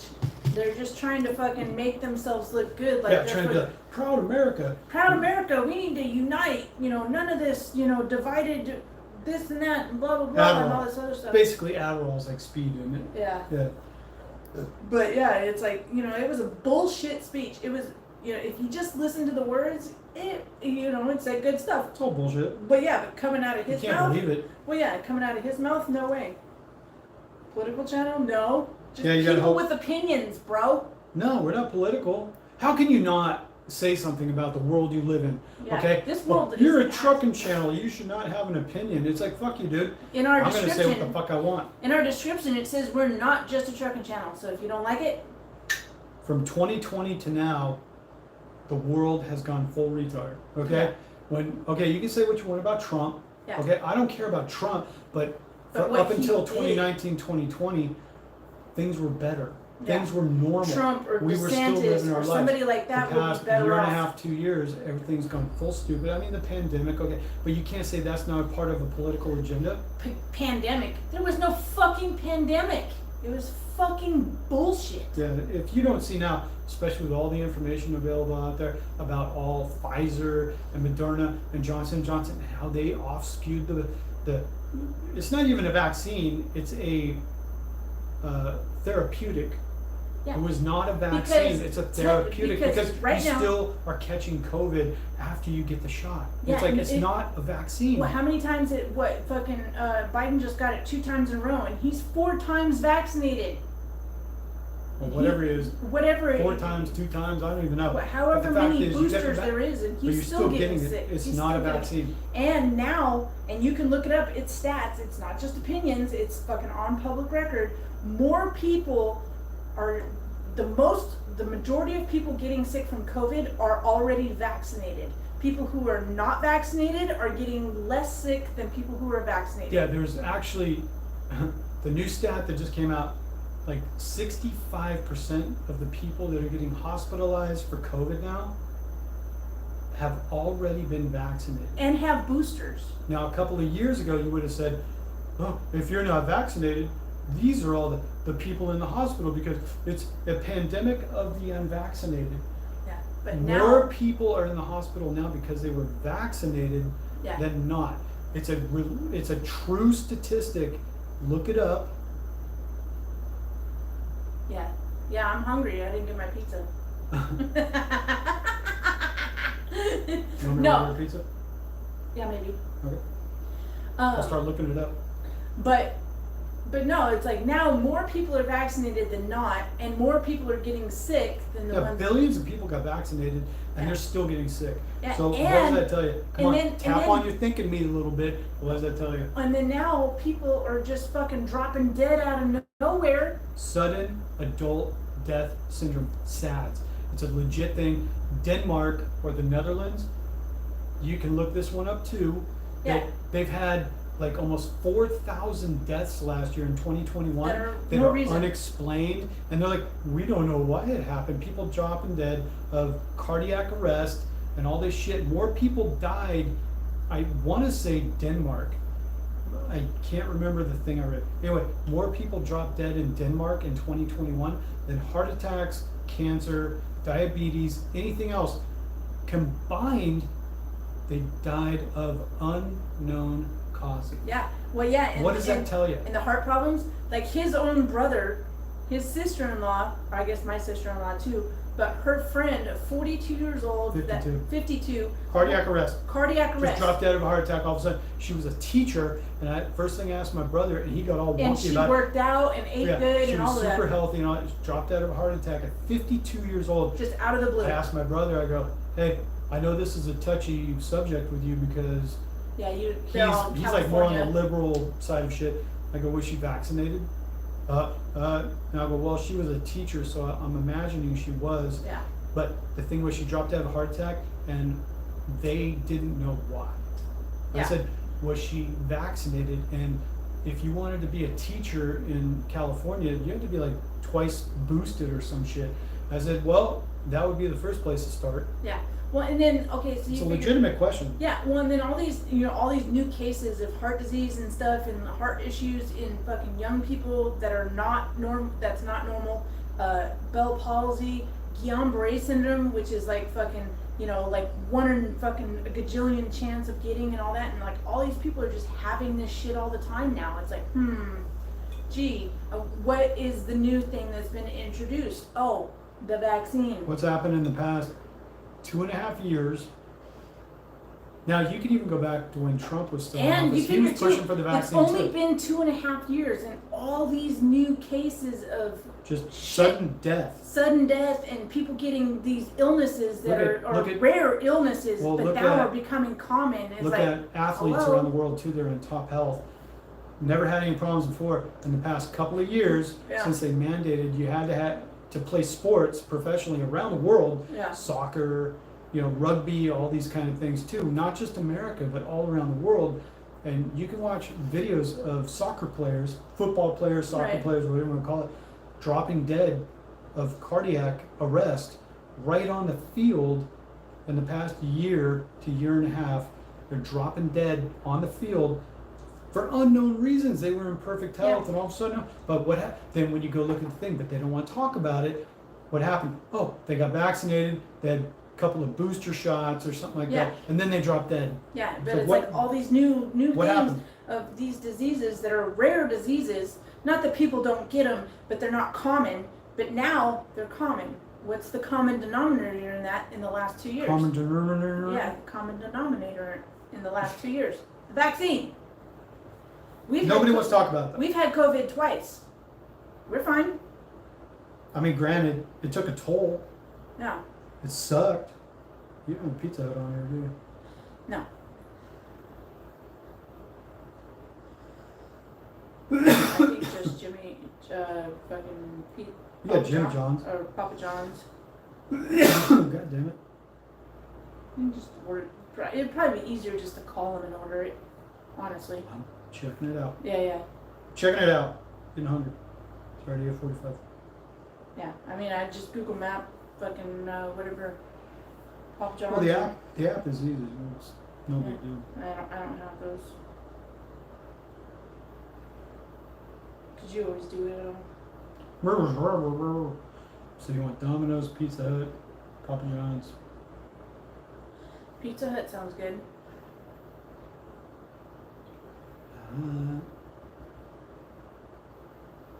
Pizza Hut. Drunk Hut. Work it out. Well, I gotta sign in, so I'll just sign into it. And We probably have points.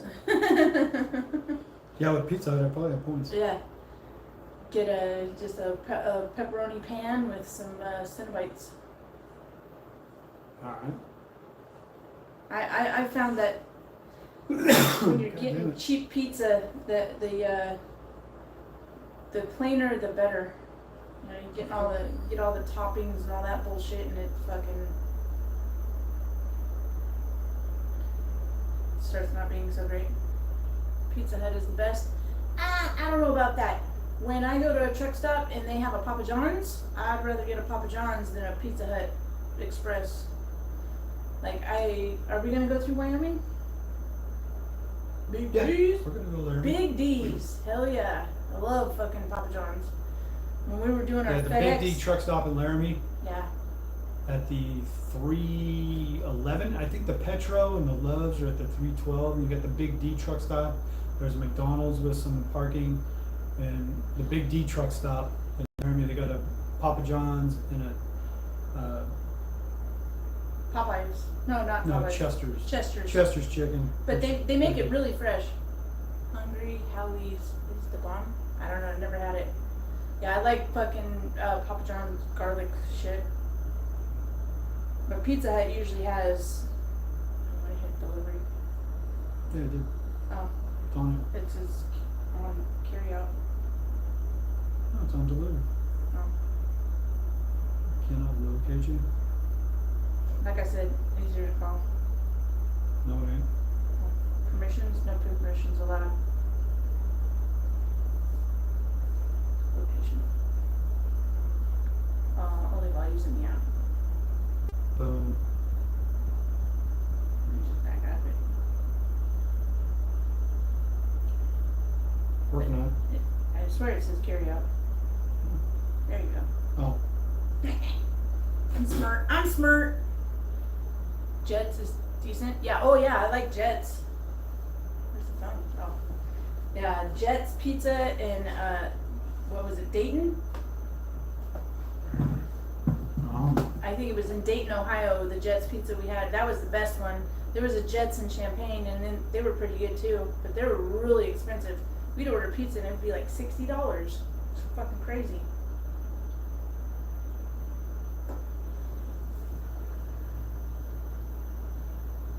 Yeah, I mean, I don't care about spending a little extra money on pizza if it's really good. But it's like if you're just going for cheap pizza, Papa John's or Pizza Hut. Pizza Hut sounds really good tonight for some reason. alright. Chicago pizza is pretty good, yeah. I like it from, what's that, Grimaldi's? You'll chip in for pizza? Thanks, bro. Monocles and Champagne is good, but you can eat like 20 pieces of it. Yeah, we had Monocles down in, what was that little town where CHI was? Arthur. Arthur. The Arthur one was the Well, best. no, that was It was the one right that next. wasn't Arthur. That was next to it, Yeah, right off the freeway. yeah. Whatever is down by Arthur, Illinois. The next one down. What is it? Fuck, I can't even remember anymore. But they had the best pizza at Monocle's, because then when we went to Champaign, we got it, and it wasn't the same. It wasn't as good. They don't deliver here. Oh. Sorry. Papa John's? I'm gonna look it up. You have to talk to them for a second. I finally got it. Oh my god. Oh my god. Oh my god. Oh fuck.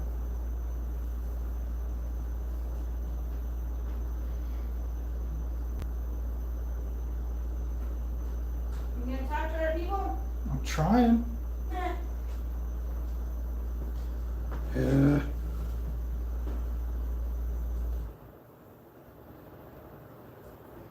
Papa John's. I'll try that.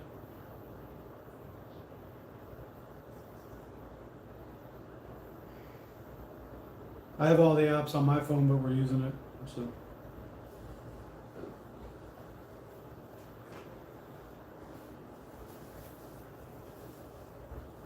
What? Did you take it down? No. Yeah, I was gone so long I took it out.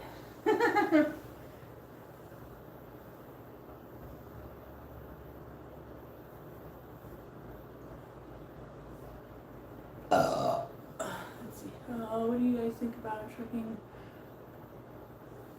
Oh. Sorry, that thing going by too quick. I gotta go find you guys on here so I can read the things. Is it again? 15.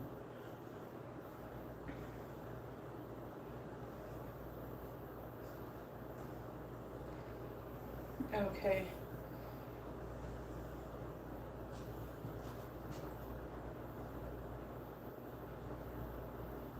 What do you guys think about trucking versus other businesses, and that you can choose to work or not with trucking, but if you owned a bar or something, you have to be there all the time? Well, I mean, that's the thing though. It's like if you own your own business and you love what you do, it doesn't matter, because trucking, unless you have a local job where you get to go home every night, you know, it's like you're there all the time anyways. You know, trucking, you're there all the time. So what's the difference if you do something that you love, like owning a bar or, you know, a restaurant or some other kind of business where you have to be in it all the time? And it's, you know, it's like, you know, it's no big deal.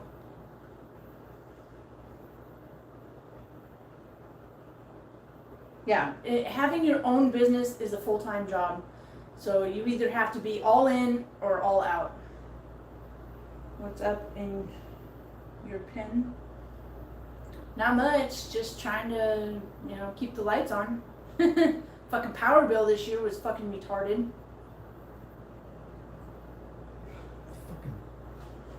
I don't know. Nobody wants to deliver to us? I can't get into Papa John's now. Or is this? Yeah, do that. Yeah, no. Oh. Oh.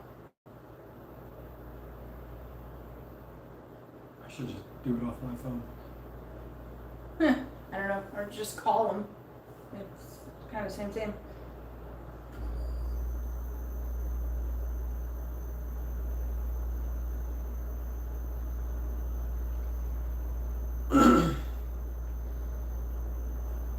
What? I don't even know.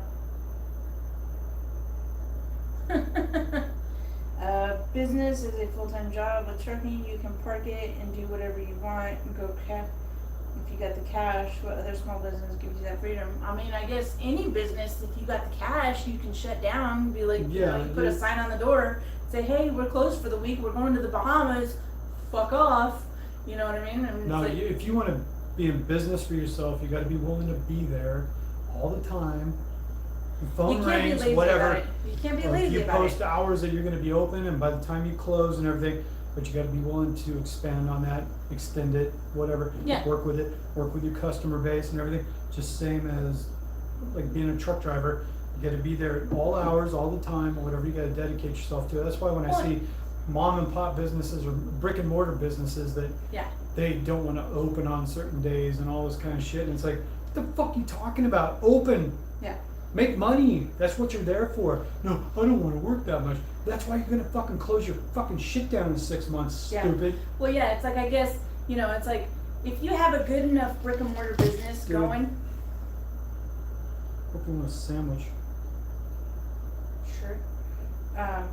You know, it's like, if you're gonna have a brick and mortar business, obviously you're gonna have employees and all that, and if you have a good business that's rolling in the cash, you're gonna have shift managers, and you're gonna have employees and all this other stuff, you know, and hopefully, you know, your business is good enough that if you wanna go on a vacation or whatever, that your people are gonna be able to handle it for a fucking week without the fucking world coming to an end, you know? Yeah, Illuminati's is fucking amazing. That's the one where we have the picture of the fucking, pulling the cheese up, fucking Jeremy had to stand up. Giordano's. Oh, I thought we went to Illuminati's.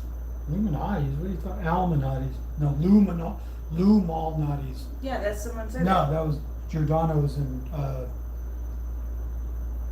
Rockford. Oh. But I thought we went to Illuminati's too. Yeah, in Chicago. Yeah. But it wasn't as good. It wasn't as good? Nope. No, yeah, Giordano's was better. I don't know what FR bro means, Rochelle. For real, bro. Oh, for real bro, okay. Are you still living in Eureka? You wanna come to Texas and visit? I wanna meet your daughters.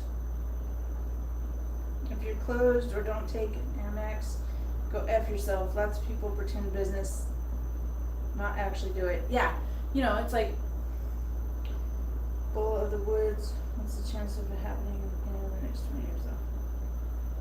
Well, we have 4 bedrooms, and so if you ever want to come visit, Rochelle, just hit me up. You still have my number. It's the same as it's always been, so. Sorry, you're fucked out of luck. Nobody delivers.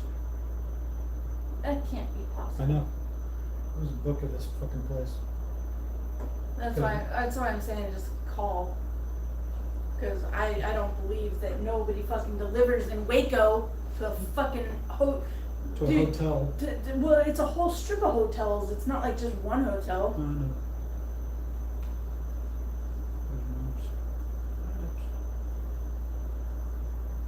You lost my number? Well, email me. It's in the description of any of our videos, or it's at truckingwithselena.com. Is your load ready yet? I got a call. What was that? A text? Yeah, it was from Sybil. I mean, we always plan on making videos. We just don't. We've gotten lazy. We've gotten out of the habit of making videos all the time. Yeah, we gotta do better.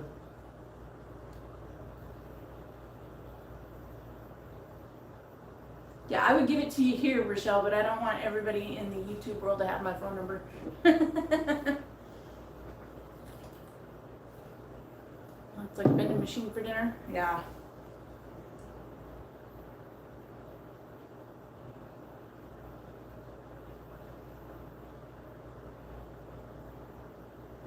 What's up, fat man?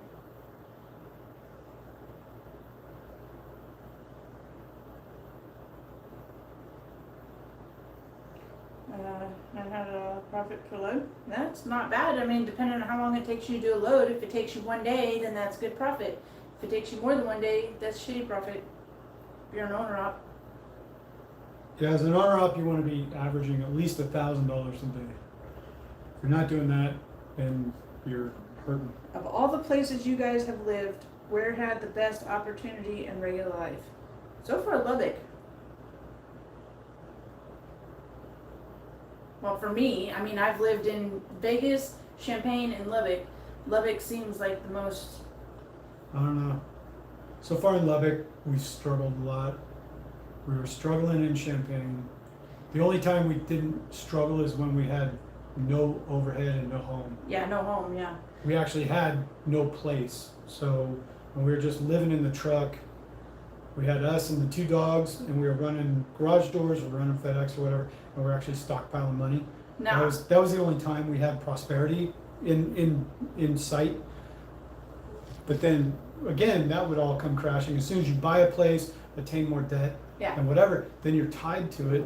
Yeah. So it's like, Well, I would say like Vegas, I did okay in Vegas because I was in the union, but was I not in the union making $40 an hour, it would have been extremely hard to live in Vegas, especially in a decent home or neighborhood or anything like that. Lubbock seems to be mostly good neighborhoods and homes. So no, Lubbock's a good town. Actually, Yeah. I gotta admit, I've spent most of the past year and a half on the road, but the time that I've spent in Lubbock, it's a great town.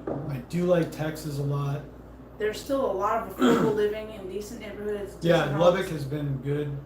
We only got suckered in because we were coming from Champaign and We took it as like, we gotta go there to make something new. It didn't work out, the truck broke down. Now we've gotten rid of the truck and we're doing what we do now, but overall, Texas has been better opportunity than To have a we better could have life. had in Illinois. Yeah, in Illinois. And Vegas is just ass. Like, we were looking up rent, because, you know, in case we ever have to go back to Vegas for any reason, and it's like, rent there, like, minimal rent in shitty houses, shitty neighborhoods, apartments, Yeah. whatever, is like $2,000 minimum. It's like, in Lubbock, we ended up with this super high rent because we were trying to move out of state at a deadline, and it was the only thing that we could get, but it's one of the highest rent brackets in town. It's like, so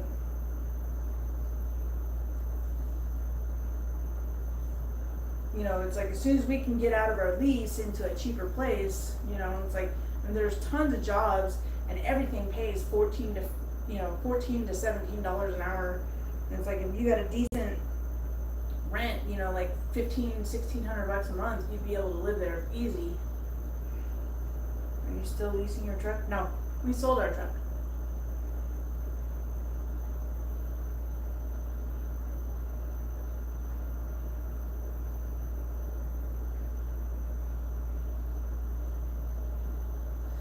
So, but yeah, Rochelle, email me right now and I'll email you my number.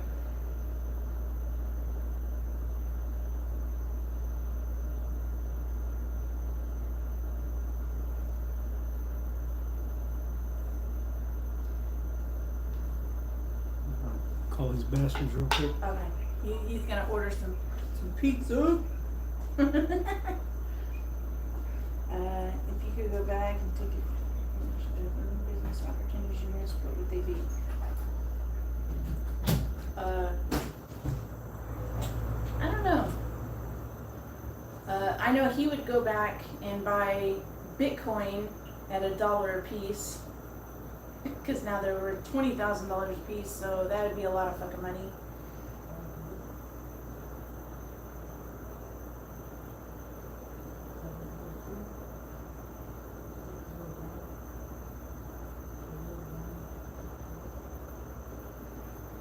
No, Bull, we are in Waco and we're going to Kent, Washington, so we're not going to be there. If you had, if it was a couple of days ago, we would have been home, and that would have been cool because, you could park on the street right down and, like a half a block from our house and walked over, but we're not going to be there tomorrow, so.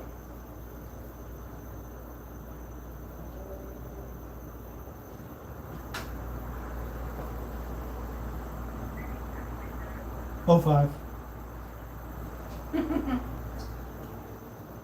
Truck parking in Kent, Washington is awful. Yeah, we're gonna stop in North Bend. And because we don't have to deliver till noon, so.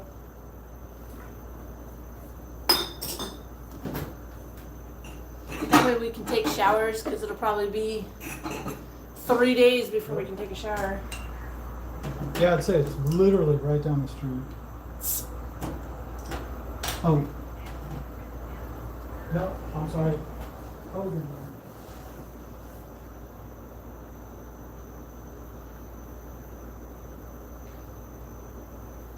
People asking for booty for free? What the fuck you think this is?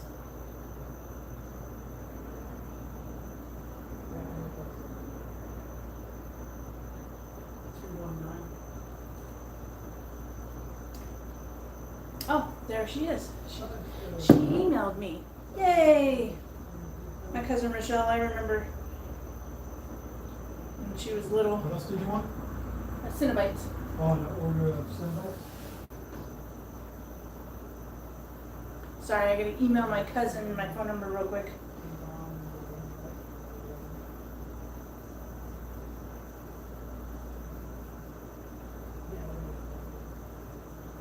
I bet y'all wish you could have that.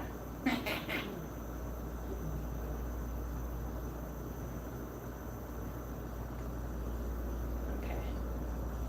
See, what did I miss?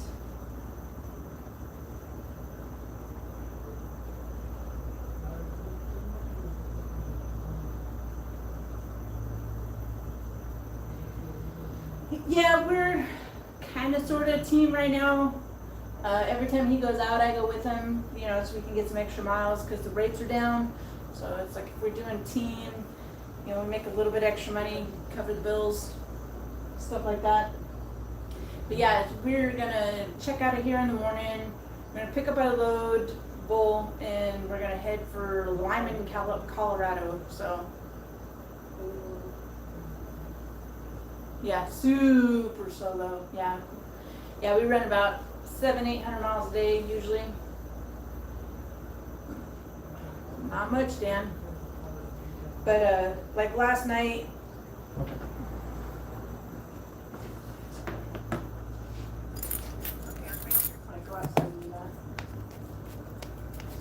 Yeah, just grabbing it real quick.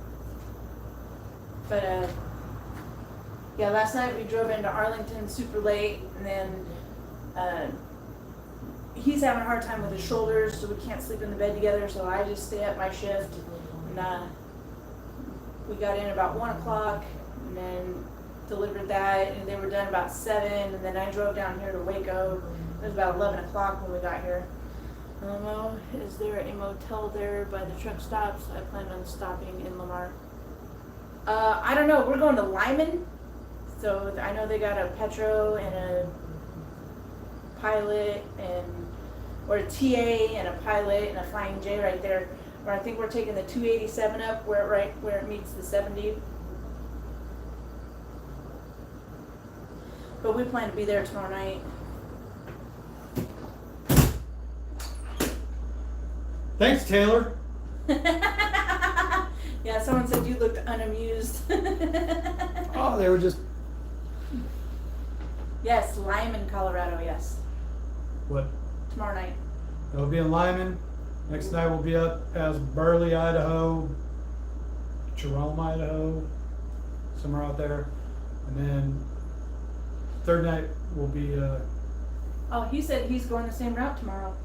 The 287 up to the 70. Maybe tomorrow night we'll meet you there. Well, if you're looking for lunch or something, stop in Bowie, Texas. Bowie. Oh, at the At Armadillo. the Armadillo Grill. Truck stop out there on the northwest side of Burley on the 287. The Armadillo Grill. Go get you a nice big old bacon cheeseburger with fries. Make sure the old lady's working, not the short lady. She's taller. If it's a small lady, I think it's, was it Melinda or something like I that? don't know. If it's an older lady that's a little bit tall, but if it's a little skinny old lady that's a little bit short, She'll burn your burger. she'll burn your burger. If it's the other lady, it'll be a fucking amazing. Did I burn your burger tonight? Yeah. Yeah, baby. No, but the Armadillo Grill Toasted in burger. Bowie, Texas, that truck stop out there with the Armadillo Grill, look it up. Bowie, Texas. They make great burgers. I had a Philly steak the last time I was there. It was good. Yeah, he's just out of Shreveport right now. But yeah, Bowie, Texas. What time you getting Armadillo going? Grill. What time you getting going in the morning there, Bull? He's in Shreveport. Oh. Not too far out. Mm-mm. I mean, kinda. Now, he might. Might Bowie. make it? Yeah, Bowie, he'll be on his way. Yeah, it'll be on. He He could said he's going probably, the same from way. Shreveport, he could probably make it to maybe Amarillo. Maybe a little bit before that. But yeah, email us and You know, if Assume we're the position. if we're in the same area around the same time, If definitely a chick meet ever up. has nails, man, you know how it is. As soon as she scratches your back, you just turn into an automatic fucking turtle shell. You're all, ooh, like scratch, goddammit, Scratch it all. scratch it all. I'm leaving in a rental car about 4 a.m. Oh, Oh shit. yeah, we're not leaving that early, so. Yeah. I mean, you got a We'll few be over miles. first thing in the morning, picking up our load out of Waco, and then heading that way. We're gonna work our way back up. Fort Worth, 287. You know.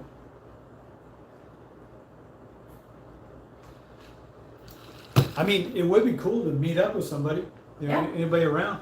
Yeah, we always like meeting up with people. I mean, I tell people, truckingwithselena.com or at Gmail. Yeah. Truckingwithselena@gmail.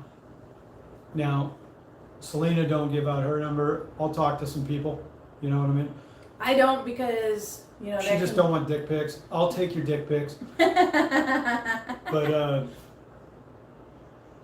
you know, just, I mean, it depends on who you are, how Yeah. long you've been I around. can't say. MTV Classic, you've just impressed me. You're actually showing 1983, The Flight of Icarus, Flight of Icarus, Iron Maiden, 1983 off Peace of Mind. Holy crap. I can't believe I'm actually seeing The Flight of Icarus without actually having to look it up on YouTube. Brr. Here's Tom's right here. Boom. Anyway, You're a goofball. I know that video inside out, dude. I've been watching it since I was a kid. 1983, Peace of Mind album, Iron Maiden, Flight of Icarus. Oh. He flies Oh, on his Bull City way has right your number. like an eagle. Have you ever even flies called- high Have you even called Jeremy? as the sun on his way. Who sings it? Fuck you. Anyway, Oh yeah, just email. I was gonna say I don't ever remember you contacting. I mean, we got 3 wonderful dogs out of 1. We got someone to help us move out of another. yeah. No, I mean people that met us through YouTube. Yeah, yeah. They've come to the house. We're normal people. It's Yeah. like I got to say, like, you know, Like people have looked at us Stan. sometimes when they meet us somewhere, like, hey, you're trucking with Selena, and it's like they almost get starstruck. Yeah. And it's like, dude, we take shits too. Yeah. Selena literally just walked out of the bathroom and took a shit. I did not. No, I'm saying that, like, usually people when they find us too, it's funny that they found us after we've been on the road for days, and we're all grungy, Yeah, we would give you we're our number, grungy and greasy haired, and we're like, hey, what's up? And we're not 100%. Yeah, and they want pictures And and, they want shit. pictures. Hey guys, what's up? And we're like, sorry, we've been driving for like 48 hours straight, and we're like grungy and shitty and whatever, and we feel like garbage. Yeah. And I always and feel bad. It's like you know? I get the sense like when people meet me, they expect me to be this like high energy person when we've been on the road for days. And I'm like, dude, I'm sorry, I'm super tired. I just want to Tired. go to We've been bed. driving team. Haven't had showers in 4 days. My hair looks wet, but it's not. I can fry It's chicken actual- with it. Yeah, you can bring her hair out and fry chicken with it. And it's like, we just need to take showers and be normal and whatever. And people are like, oh my God, trucking with Selena, you guys are like gods or something. It's like, no, we're not. We're just Literally, we're just little shithead people we're just like everyone fucking, we're else. fucking truck drivers. We just dude. make videos.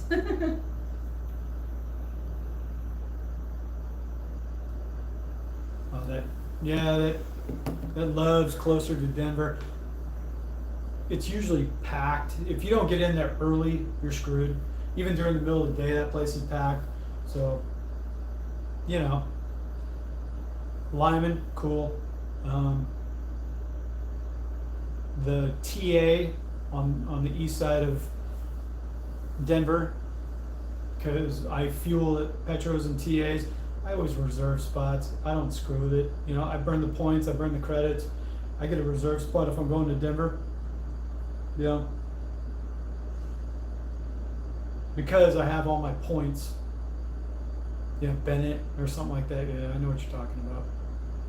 I don't want pigs. I just like to say hey and just meet you, a quick hi and bye. Yeah, I mean, whatever, dude. I mean, we're all down for it. Don't, if we're not the bastion of high energy that when you meet us, because we've been on the road for a minute or something like that, we've been out driving all day, you know how it is, you're a little bit loopy and shit, and like, we've had people walk up to us at truck stops, like, hey, you trucking with Selena, what's up? And we're like, huh? It's really like, we're awkward. zoned, you know, like she literally just woke up, I just got done driving 500 miles, I got road jitters, she's all fucking out of it and shit, and we're like, huh? And people, it's this lackluster kind of meetup, because we're sitting there looking at you like, huh? You know, that we're out of it and stuff like that. Like tonight, we're just hanging out and everything's cool. Yeah. But if you meet up with us on the road, it might have been a long day, it might have been a long Don't 3 feel bad days, if we don't seem thrilled to see you. like, oh, hey, what's up, man? Hey, I'll always be cordial, but I may not be high energy and be like in it, you know, like, hey man, what's up, man? Hey, let's go over here, let's have a boxing match, we'll film it or something, you know, whatever. I think the most awkward one was we were sitting eating at a Country Pride, and someone was staring at us the whole time while we were eating, and we noticed. And then when they got done eating, they came over and were like talking to us or whatever. And the waitress came over. She's like, "Is everything okay here?" And we're like, we had to explain, we do YouTube, and you know, this is a fan or whatever. And you know, it was like I remember that. You don't remember when that dude and his chick or whatever, they came and they were standing at the edge of the table forever while we were trying to eat our food, and they were like, "Oh my god, I was trucking with Selena," and yeah, it was awkward because we were just sitting there trying to eat, and it's like, I get it. I mean, we put ourselves out there like fucking. Yeah, but it becomes a thing where people have the impression like, and that's even, it's not even, I'm not trying to like be boastful either. Yeah. Or cocky or anything. It's like, we're not. I guess some special. people view us as like, you know, this sounds stupid, like movie stars or something. There actually has been a few people that have been starstruck when they met us. And it's like, dude, we're just making YouTube videos. We don't consider it a thing. You know, we're like, I don't know, what are you talking about? Yeah. And that people have actually been starstruck. And I try to be cordial, but if you catch me at an off moment, you know, when we've been running, because we're out here working, it's not like it's just some lavish lifestyle. Yeah. That, you know, and people, when they meet up with us, you might be on a 34-hour break at a truck stop and you're feeling high energy, and we come rolling into the fuel island and we're fucking busted. We're just like, huh? Yeah, Taylor, TTGK, he has our very first, I think our only autograph. My first autograph of my whole life. Mine too. I gave it to Taylor, and he said he framed it. Yeah. He said he framed it. Yeah, and that I'd was like the to only, see that. That's that was hilarious. the one and only autograph we ever gave. And Taylor, he should just have my phone number. Yeah, he should. I don't know why we've never traded phone numbers. I don't know. I think back in the day when we had Snapchat, when I was doing all the filters, I think he had. I think I'm a he had, star to Taylor. Aww. Yeah, I think Taylor had our Snapchat when I did Snapchat. I don't know. I never used any of that shit. Well, because I only had it for the kids, but I think that. Snapchat, Facebook, Instagram, I never had it. Yeah. I never used it. I mean, but I think when I had it for the kids, I think that he had the Snap, but we got rid of that a long time ago. Snapchat, no. Yeah, we got rid of that. Are people still using Snapchat? The kids do. There we go. Oh, wow. We're watching TV. We're streaming. It's Megadeth Symphony of Destruction from 1991. I haven't seen this video in probably 25, 30 years. Turn the TV off. Pay attention to our fans, man. I won the property in the divorce in 92. I just sold it for a huge profit. I'm deciding where to invest it, possibly retire. Good for you, dude. Oh, yeah. Hell yeah, get the fuck out. Just go. Go. You know, I mean, this is something we've talked about too as far as keeping it cheap. He had 15 acres right outside of Bozeman. He's fucking rich. I would go. Well, if I was you, honestly, I would have kept the property and fucking built a house on it. Take it like this. That if I ever won the lottery, okay, you won the lottery in a sort of sense, you got money in the bank, just pull back, be calm. Yeah, think about it. Think about it for a while. investigate stuff and whatever, and think about what you really want to do. Like, you just sold your land, you got money in the bank, but you got no overhead now. And yeah, Dave Mustaine was just on Joe Rogan, I saw that too. But say you won the lottery and you won like $100 million. Pull back for a few months and think. There's no need to rush into anything. Yeah, the money's there. Even if you go, say you got your pickup, go pick up a fifth wheel and live in the fifth wheel for a while, or just go rent an apartment and get a job for a while, and that just be calm, give it a few months to sink in, and then think about the next step. You know what I mean? It's like, I always think about that too. Like, people, as soon as they get money, and I gotta go do something, I gotta make something happen or something like that. Like, it's no, like, the money's gonna be there. Take 6 months. Yeah, figure it out. And just relax. Yeah. Let the vibes come into you of what you really want to do. You know what I mean? Yeah, be if calm. an idea strikes you. And then you'll find out clarity. You know, go live. You know, if you had the means to get a fifth wheel and go live in that for a year, and then clarity will come to you. It'll happen. Something will say something to you eventually. Like, that's what I want to do. Don't feel the need to rush off. Oh my God, I got to do all this shit, and life's passing me by because I got money in the bank now. Typically, people that get money in the bank after they haven't had money in their life, like just like lottery winners, all of a sudden they have this huge influx of money that they blow it on. Family comes out of the woodwork, give me money and all this kind of shit. I need a loan. I need a loan. Can you help me out? It's Yeah. like, I got money. But yeah, here you go. Fuck, and everything. Within a couple of years of making this money coming into your life, it's gone. And it's like, what the fuck happened? If anything, cut everybody off, disappear for 6 months, think about it, and find the best route for you. You know what I mean? Don't rush into anything. Give it time. You have money in the bank, live off the money in the bank.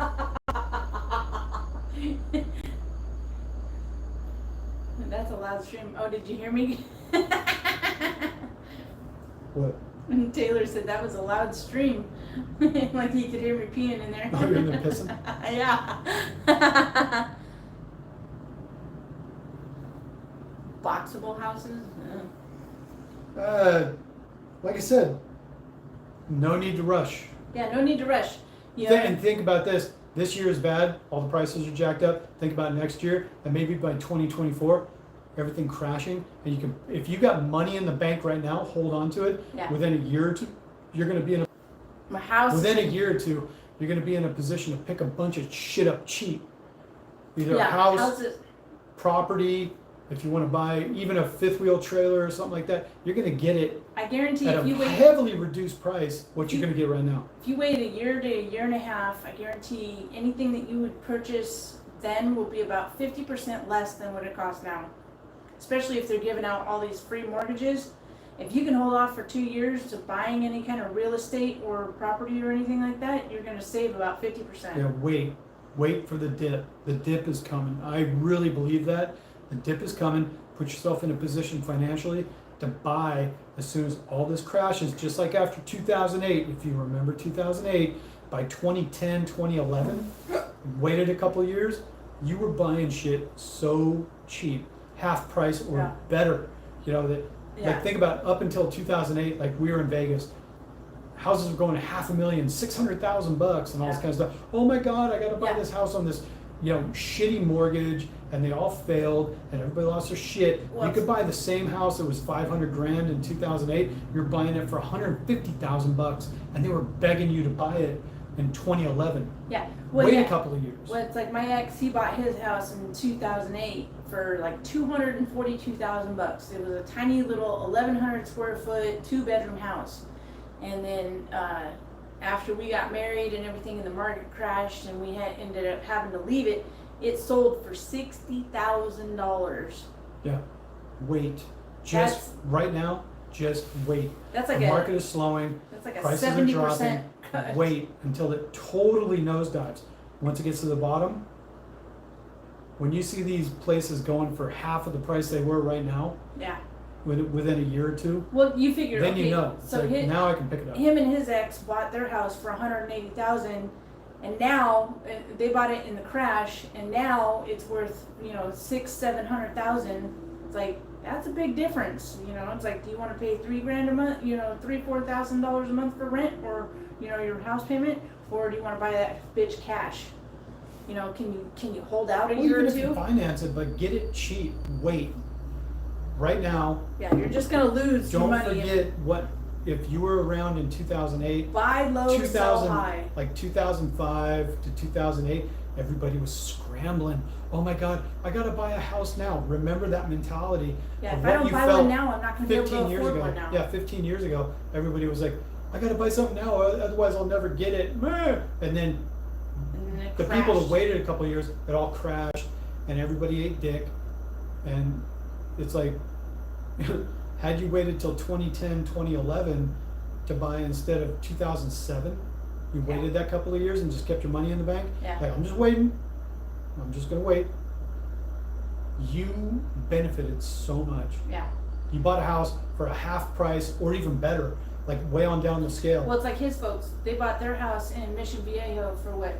My parents, 1971, my parents bought the house I grew up in for $25,000, about $26,000, brand new. It was a 3-bed, 2-bath, 1,500 square foot tract house for $26,000. Okay, their mortgage was literally less than $200 a month. And what is it going for today? The house is worth $1.1 million. They sold it in 1995 for $180,000. I mean, they in still Mission made Viejo, they still made money off of it. Yeah. But they dumped it at the time. Had they still just kept living there, retired there, lived in that neighborhood and all, they would have a house now that was paid off. And worth $1.1 million. Worth over $1 million. And it's like, you think about that, had they just waited, had they just been patient, had they, you know, who could have anticipated the market in Southern California and Orange County would have been that? But it is. I mean, I've sent them the things and told them, I go, your house is worth $1.1 million now. And they're like, ugh. You know, there's like, Jesus Christ, dude. Yeah, it's fucking 50 crazy. 50 years later, and they could have sold it. Now my buddy, the guy I grew up with, his dad still lives in the house 2 doors down. That house is worth about $900,000. It was a smaller house, but his dad is still living in that house, and he stands to inherit it. And I told him, I go, well, if you want to sell that house, I guess you got no worries about your retirement because you're going to have almost $1 million in the bank. Yeah. And he said, I'm not selling that house. When it becomes mine, I'm not selling it. I'm keeping that. I'm going to retire in it. I'm going to keep it and all this kind of stuff. He wants to live in Southern California, and it's a nice neighborhood. It's a great place. It is. And if you have no mortgage, I would stay at the ranch. I would wouldn't stay. go to I a would. ranch. I would. If I I mean, I guess if you're old, going back to a town would be if better. I stood to inherit the house I grew up in Mission Viejo, it was a great place. Yeah. It was a super nice neighborhood. I stand to inherit my dad, so I mean that seems like a great place to fucking just keep. It was 23941 Sprigg Street, Mission Viejo, California 92691. My original phone number was 714-830-0338. Now everybody knows everything except for your dog's first name. Penny.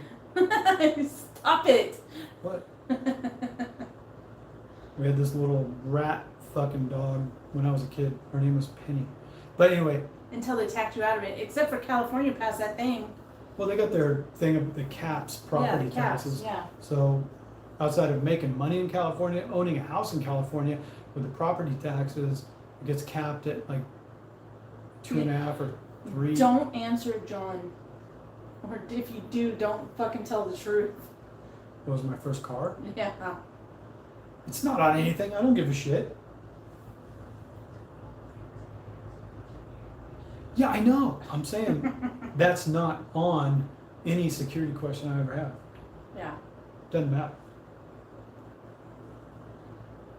What's your social security number back then? You know, anybody wants to see the house I grew up in until Yeah, I it's was a Pinto for 18, 19 years old when I moved away and went to college in Northern California. But, yeah. I'm all telling him, Look shut at up, shut up. No, you want to see my house? You'll Yeah, see yeah, it's go a look it up. regular 3-bed, 2-bath house. It was a little track house, 1,500 square feet. Yeah, nothing special. Yeah, nothing special. It was just a regular house in a regular neighborhood. In the 70s, yeah. In the 70s. I grew up there in the 70s and 80s. I graduated high school in 92 and I moved. I fucking split. I fucking left. But 23941 Sprigg Street, Mission Viejo, California, Yeah. 92691. Look it up Boom. on Zillow. That's yeah. the house I grew up in. If you look it up on Zillow, it's worth $1.1 million today. Fucking crazy. It's like, what the fuck? Because when I grew up there, Mission Viejo, if you lived in southern Orange County at the time, it was still orange groves. Yeah. It was a mix of white and Hispanic, everybody working in the orange groves and shit like that. It was Well, and like there's still a lot of talked to empty anybody land from out there. if you talk to anybody from LA and you said, "Oh, I live in Mission Viejo," and they go, "Where?" Yeah, it was Yeah, like it was still a dead country, zone. It was yeah. a dead zone. It was fucking country. out in the skirts. It was like nobody knew about Mission Viejo, and And now it's like fucking now it's major fucking right in the city. center of all the suburbia and shit. Oh, you're from Mission Viejo? Oh, Yeah. It's oh, like, that's so Gucci. that's It's so like no, man. posh. When I grew up there, it was just blue collar, working class, Yeah, the sticks. the sticks. You commuted to Long Beach, you commuted to LA to work. There was nothing there. It was farmland and shit like that. And it How was do we like, feel about accessory dwelling units? Whatever the fuck is that? small houses and container living or something, or I don't know. Accessory? How do you feel about accessory dwelling units? You're gonna have to expand on that, Kurt. What is that? Yeah, what is that? Are you talking about those little pre-made houses and shit? Or Like what? the little fucking mini fucking minimal living houses? Here is a now butt punch and another one at the end of the stream if you want to. Oh, I guess I gotta stand on I the gotta bed. adjust the goddamn camera. Oh, yeah, it would be easier than me standing on the bed. Yeah, do a butt punch. We get paid. We're whores, right? Yeah. Oh, Oh, here, do I gotta do it so you can do it better? oh, wait.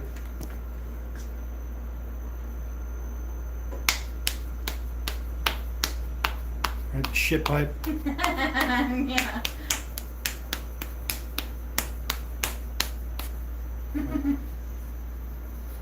Tramp stamp. What? I was young. What do you want from me? I didn't know it was a tramp stamp when I got it. It was labeled that after I got it. I exploit my wife. It's trekkingwithselena@gmail.com.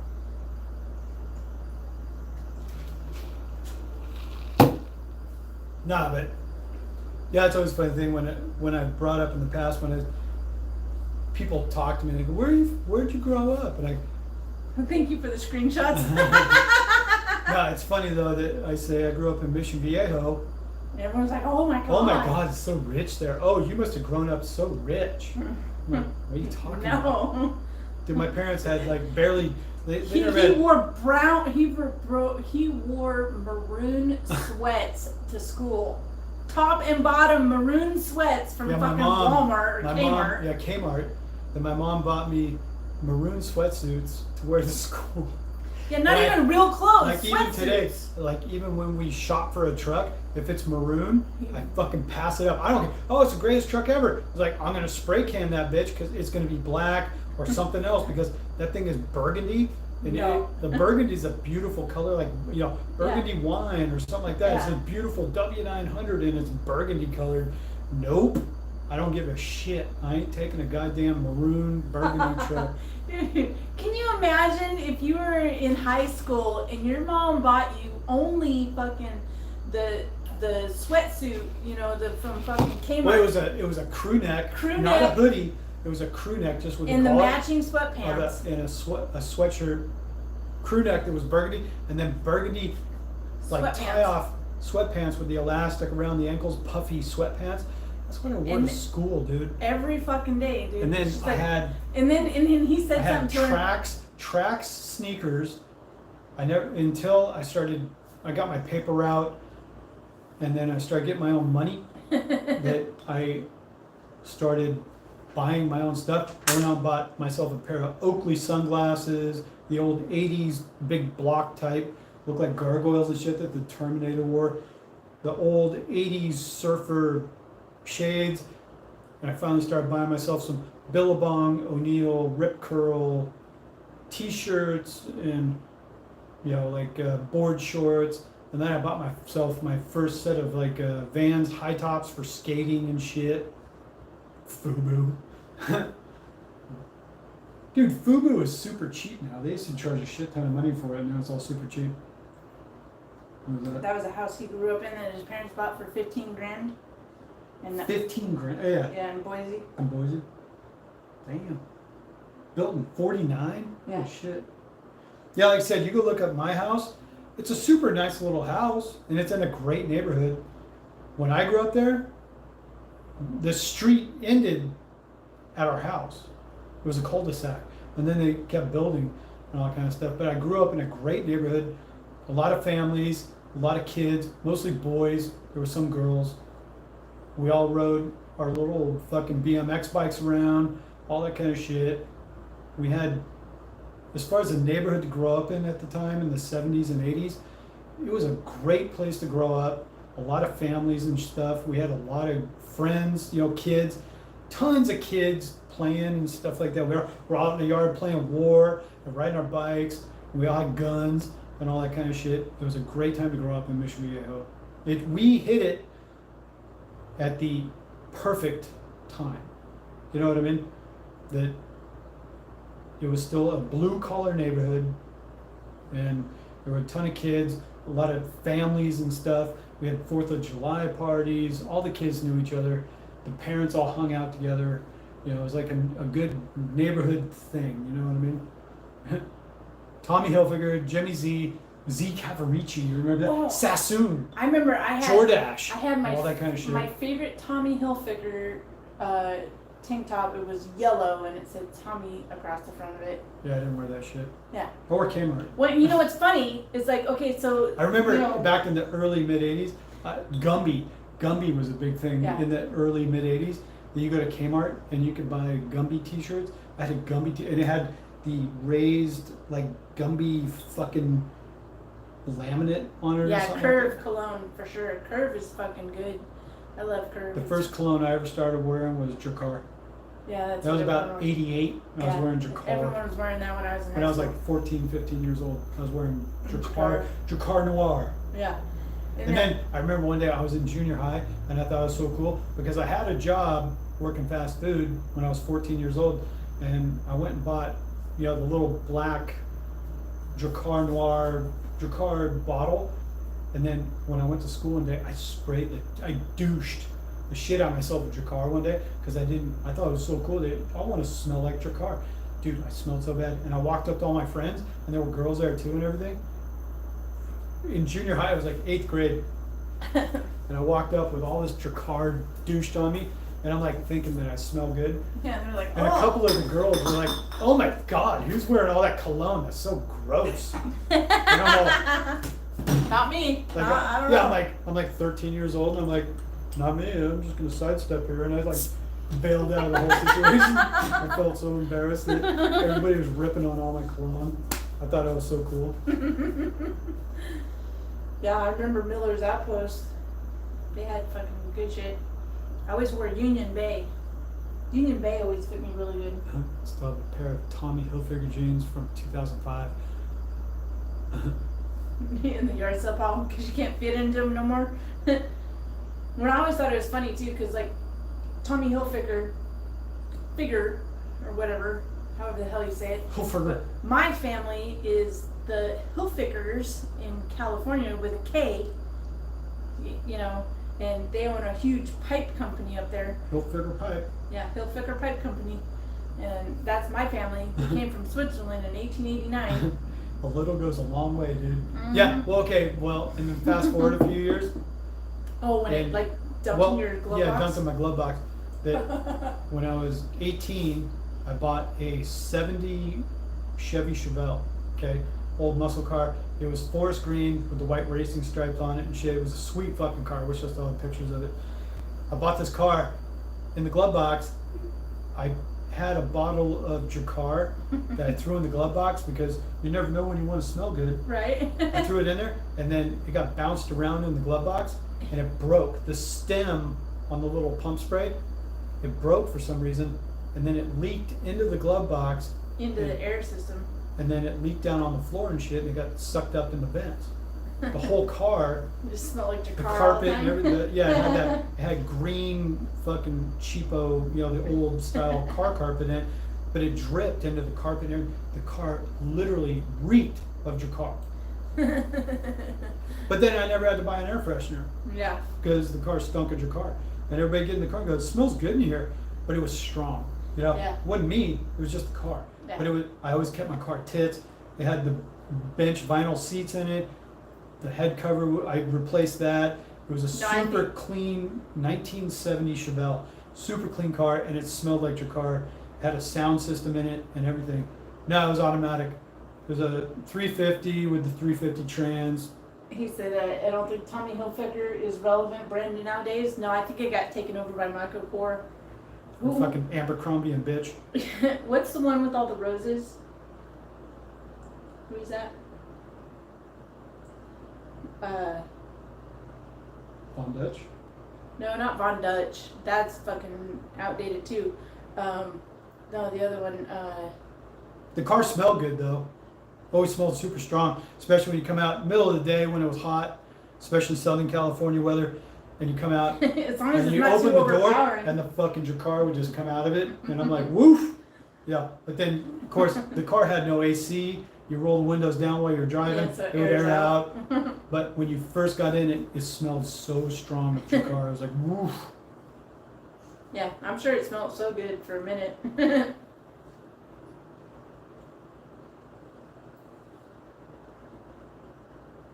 Yeah, I remember though, in my Chevelle, I'd be driving around town because it looked like a hot rod because I went out and got the polished, closed aluminum wheels on it.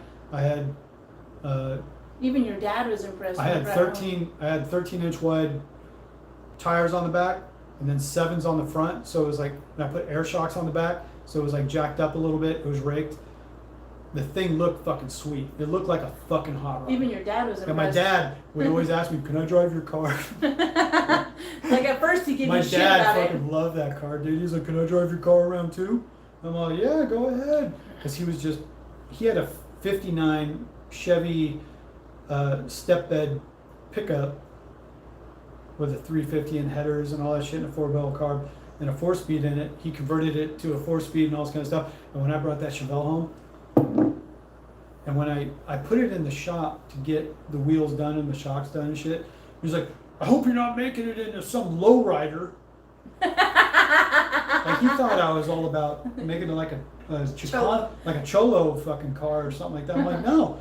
He's like, huh. And when I picked it up and I brought it back home and I parked it out front, I said, "Hey, I just got the tires done and all that shit."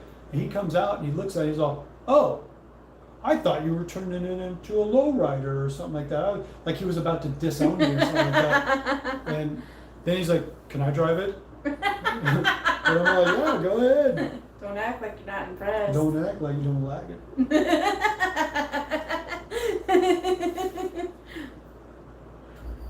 What was your first car? Mine was a 69 Mercury Montego with a 351. Second car was a 70 Pontiac Grand Prix with a 400 small block. Yeah, those are nice. He said the back seat had a few miles on it. Now, unfortunately, that car never got me any chicks. No, what one was it that you were getting head and you fucking were going through all the fucking cars and avoiding accidents and shit? That was in my little 83 Toyota 4x. Was that Jim or was that Shelley. Shelley? Fucking, Yeah, my little girlfriend in high school. fucking She whore. we went to a Los Angeles. We went to a LA Kings game, the hockey team. We went to a Kings game, and this was like in '92. We went to a Kings game, and after we left. It was at the Great Western Forum in Inglewood. So it was like ghetto as shit. And we got on the freeway, the 405, going back home. But we were in the middle of that rain shit in the middle of winter. and she's like, I want to suck your dick. Yeah, all right. All right. And she got over the little console and shit, and she was sitting there sucking my dick while I'm on the freeway, and I'm all, oh. And it was funny though, because of all the rain, somebody in the right lane of me hydroplaned and slid literally right in front of me, and T-boned another car and went into the fucking median while she was sucking my dick as I was nutting. I was like, oh, and the fucking car slid, and I was like, oh, and we went through it. I drove through, I was nutting, and the accident happened, and I drove right through it, and then she like uncorked and popped up, and she's like, what's going on? Because I was like, oh shit, as I was nutting and everything. And she's like, what's going on? And I was like, we almost got an accident. And she's like looking around and shit. And I'm like, we're good now. And I just kept driving. It literally happened, like we had an accident happen, a major accident that tied up the whole freeway, and we slid right through it as she was boning down on me. And I was like, oh, that was the best nut ever. That was like, oh my God, dude. That was the best thing ever. It was like, holy shit, because she was so... I didn't give you the best nut ever? It happened at that moment. I'm fucking with you. That was like over 30 years ago, man. Yeah. What do you want? It was an experience. I know, I'm just giving you She was sitting there giving me a blowjob as I'm driving in a storm with the wipers going full speed and shit, and it was all super rainy, and she just felt this inclination. She just had to suck me off in the middle of it, and then we almost got in a major accident, and we slid on through it because all the other cars were all fucking going all over the place because all these cars were crashing, and we just slid on through it, and then we had an empty freeway because everyone was fucked up behind you. Everybody's fucked up behind us, and I'm like, I was frozen. I'm like, hands on the wheel. I'm like, with my mushroom cap hanging out of my jeans. Did she and swallow all that goo? Oh yeah, I gotta give it to her. She was a trooper, man. She'd gulp it on down, and I was like, and I was sitting there with my hands on the wheel, and then she uncorked and like sat up, and I'm like, oh, I'm like doing this. I'm like, holy shit! And she's like, what happened? I'm like, we almost got in a major accident right now. She's like, oh wow.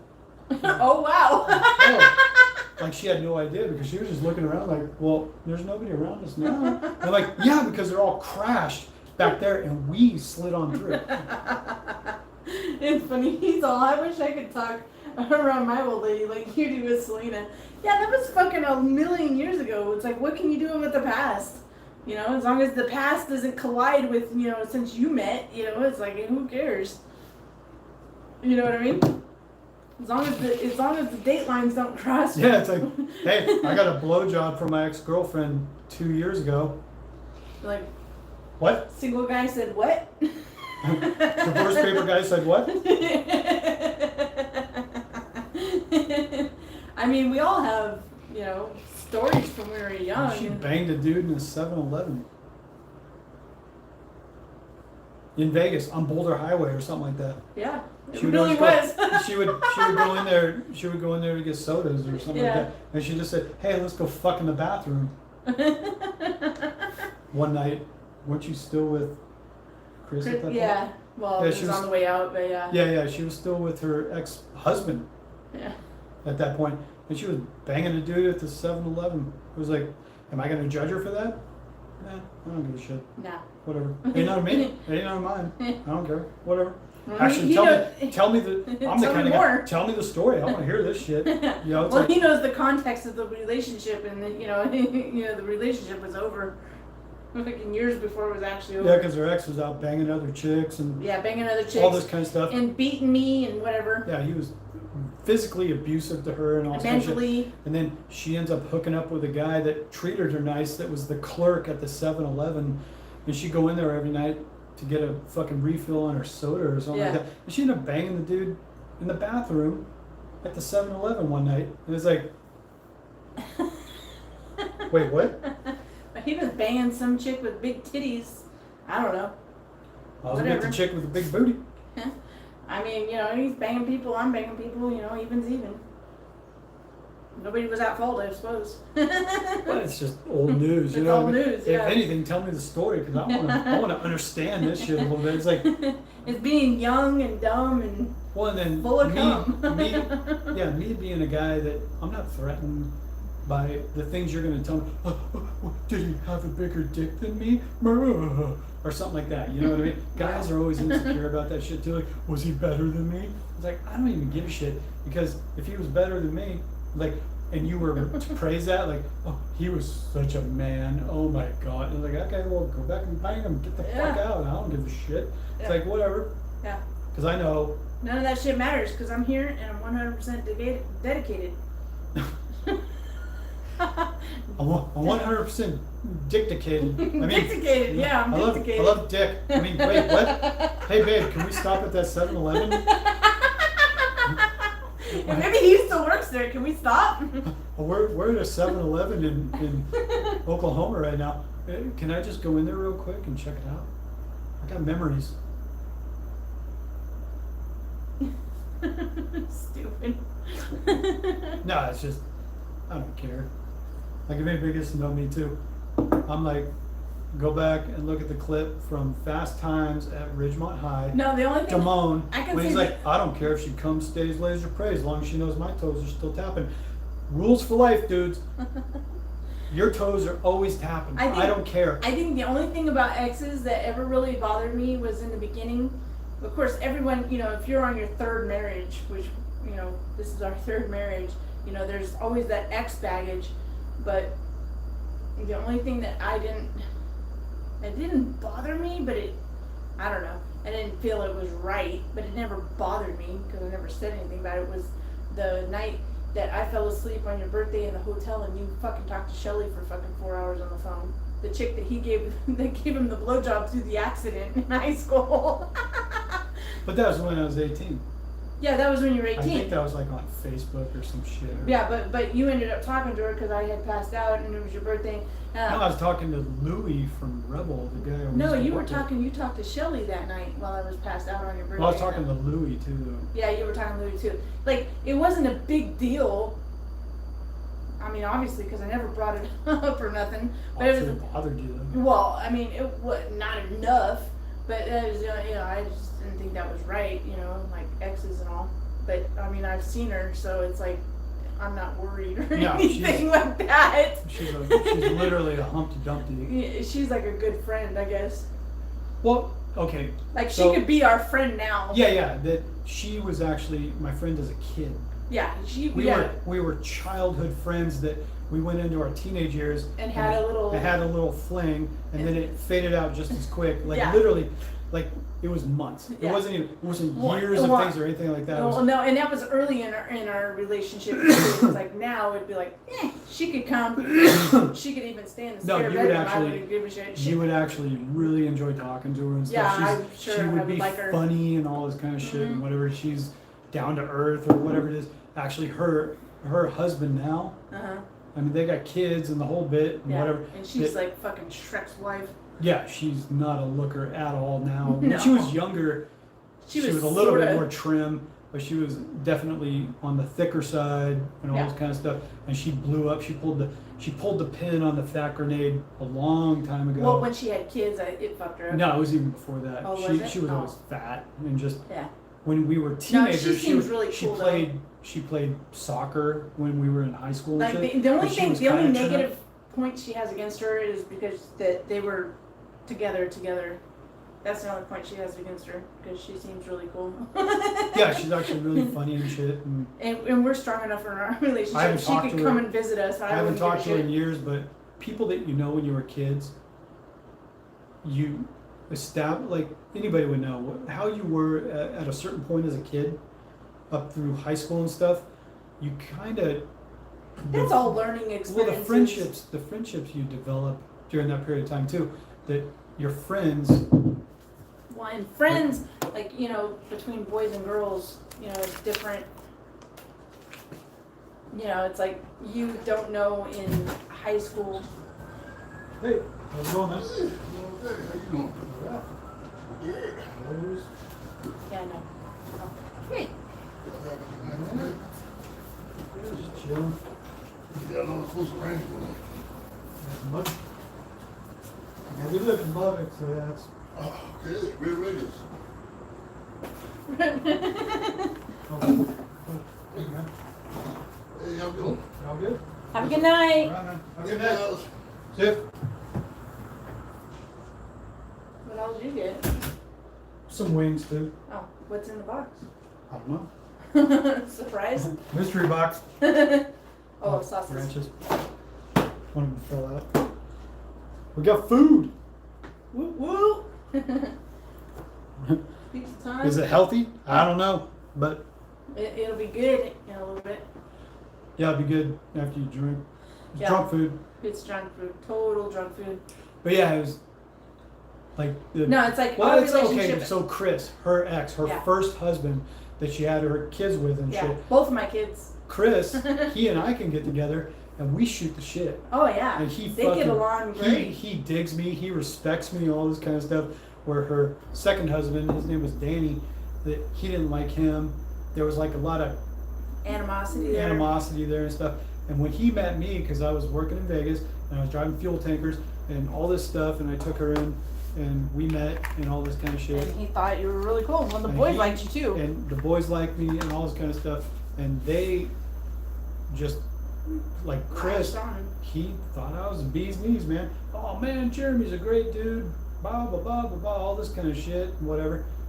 Like, I was a good dude. I was taking care of you. I was good to the boys, all this kind of shit. Yeah. And it was like, he really liked me. Yeah. And then we can go to his house, and he and I said, "You want a beer, man? Oh, let's hang out." He wants me to hang out. Yeah. He wants me to stay all night. Yeah. He wants me to like fucking. Yeah, he just wants us chill. to sit and hang out like we're all Not just you. friends. He wants me to hang out. Well, I mean, you know, but it's like he just wants to hang out, like there's no exes involved, you know, like we're just friends or something.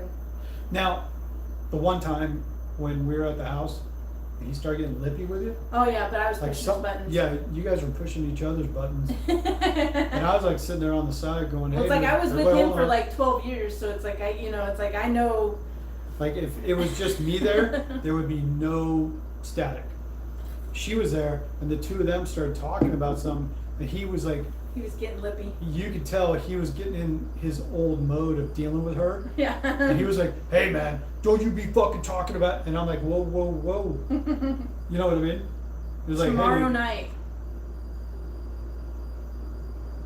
Yeah. He said when we were gonna be in Lyman. Tomorrow night. tomorrow night sometime. It'll be about Late. 750 miles. I'll pull here out of Waco. I'll pick up the load in the morning.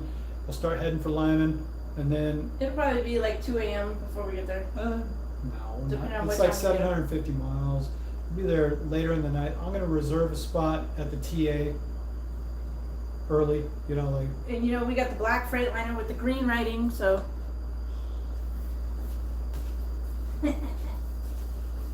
now we'll be in Lyman tomorrow night. Like I said, then we'll be up. Is it Jerome, Idaho, the next night? Wherever that red, The Travelers Oasis truck stop with the taco time in it. That's a regular spot for us to get to. Yeah, because I like taco times. Yeah. Going to bed, you guys are always fun. Want to party with you, got. Want to party with you guys. Look me up when you roll through my neck of the woods. All right, man. Cool. Later, TJ. Bye, TJ. See you. But yeah, if we can hook up in Lyman, that'd be cool. But anyway, as far as exes go and stuff, like Yeah. her first ex, Chris, he digs me. It's always funny, like I always show up with a case of beer for him. Yeah, for his birthday and shit. Yeah, he's like, man, he's the best. You get him a fucking 30 I pack give of him a fucking 30 Bud pack Light. of Bud Light, and he's like, man, Jeremy's always so great. What the? And when the boys are talking to him on the phone and stuff, and they come in and hand me the phone, and we start talking. Yeah. Not with her, but he just wants to talk to me. Hey man, what's going on? You know, it's like, it's so funny that. Yeah. I mean, he's as a far great as- guy. He's just a not good great. dude. He's just not good to be in a relationship with. Yeah. He's that kind of guy. As far as like between guy and guy, He's fucking cool as Hang shit. out with him, drink beer, all this kind of shit. He's a fucking fun dude to be around. You know, he's a really nice guy to me. He's a good dude. But yeah, as far as it goes with them. Yeah, relationship price. He's even with his new wife, and it's like fucking all bad. I mean, she thinks it's funny because she doesn't put up with the shit. I was more scared, but I guess you're young. I was young. I was 16 when I got with him, but you know, but like guy to guy and friend to friend or whatever, you know, he's fine. You know, he's just not. You know, he's not the relationship type of. No, it's just funny for me to be able to hang out with. Now, he's not the kind of guy I would probably He's hang not out with our all type the of guy. time. He's not my kind of guy. In the sense of, I wouldn't just hang out and drink all night and be there every night and all this kind of shit and whatever. So my wife would love you guys. Yeah, but he's a good dude. I like him. Yeah. I like him enough to hang out with him in spurts. In you know? spurts, yeah, not all the time. But I wouldn't be there. We wouldn't hang all the out time. 24/7. No. Yeah, I wouldn't like live we next were- door. I wouldn't. Any of this shit. Yeah, if we moved back to Vegas, we wouldn't be hanging out over there every weekend. Well, we were in Vegas and we didn't. Yeah. You know, it was we like did. Yeah. there was separation, all that kind of shit. But whenever we had to go over there and Yeah. be around him for a Small while, doses, yeah. it was more. It's all family. I could like, hang out with him. It's all You family. guys, like, it was all family. It was like, for you, it was kind of like falling back into that rut yeah. of being around all those people again because you were with them for so many years. Yeah. With me, I could hang out short spurts and like, okay, dude, we drank a few beers, we hung out, we cracked jokes. That was loud. Now I gotta go. That was an ass slap, if anybody was wondering. But yeah, it was just funny. It's a funny thing to go through all these different things of past relationships and everything. Yeah, and real awkward. Like my dad, he called me last week. He's like, "Oh yeah, I didn't have your number." He goes, "The only number I had." He goes, "You never guess who I called." He called my second husband. Yeah, he was trying to track her down, and he called her second ex, and that was an awkward conversation. Yeah.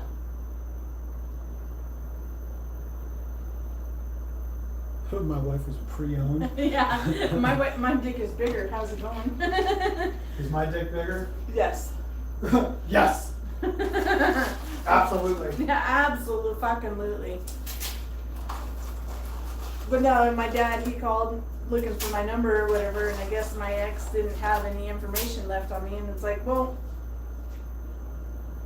I haven't changed my number, so. But Well, it's actually a funny thing about, we've had this conversation about, you talking about, what, was my dick bigger? Or something like that, like, how is your sex life now compared to whatever you've had in your life? fucking best I've had in my entire fucking life. So. Yeah, like, as far as exes go, like, making the cross comparisons, like, Well, he was this way, and he was this way, or well, whatever. like I could say, it's not about the size of the boat, it's the motion of the ocean. You know what I mean? It's like How's the size of the boat? fucking massive.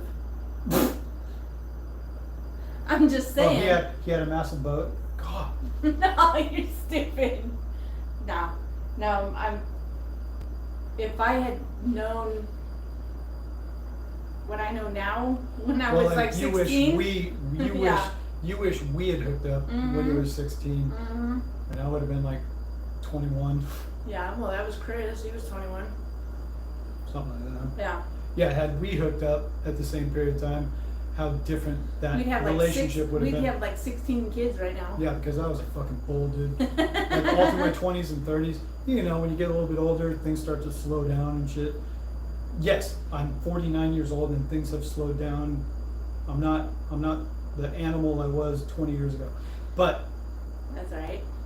I bring it out though. We don't have a CV in this truck. it's a bit of a tripod. Yeah, he's basically saying you got a big dick. Yeah.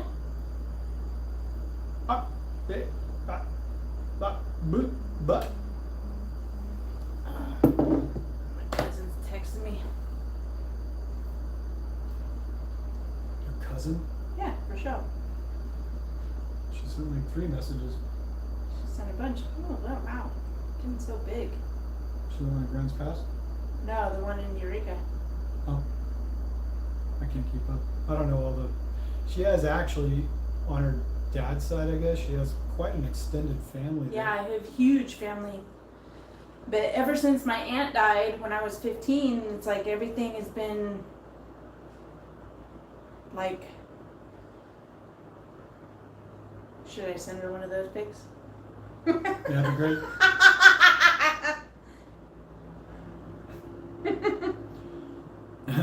It was funny last week. I put on My yoga. her TikTok yoga pants and just came walking out into the living room. So when chicks wear yoga pants, you might get a little camel toe out of them. I come walking out and it was all Franks and Beans and shit, and she's all taking pictures of me wearing her yoga pants. What is this? Is this Mr. Crowley? I don't know. It's an old Ozzy video. Holy shit. MTV Classic. I can't believe it. They just had on Iron Maiden Run to the Hills. They had on Skid Row. I forget the song. It wasn't 18 to Life. It wasn't I Remember You. What was that one where it was like more hardcore from like 1990 or something? Yeah, my moose knuckle and yoga pants. It was phenomenal. It was. It really was. It was fucking fantastical. Should I send her that one? Look at it. Oh, there it goes. There it goes. Oh. That motherfucker wears diapers for sure. How much fucked up shit do I have on my phone, huh? Yeah. Well, how much shit have you sent me that now Yeah, I got I on sent my it phone? to her, and now it's on her phone.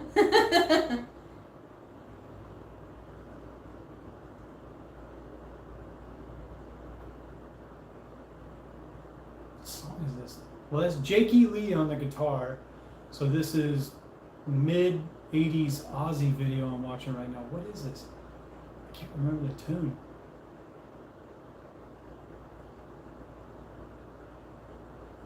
Ozzy, he's...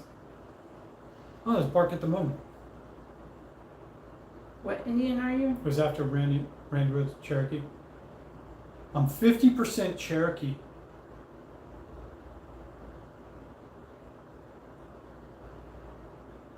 It's Cherokee.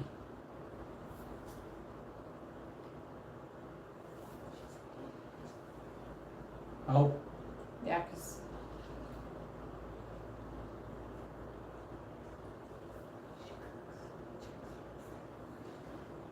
gotcha.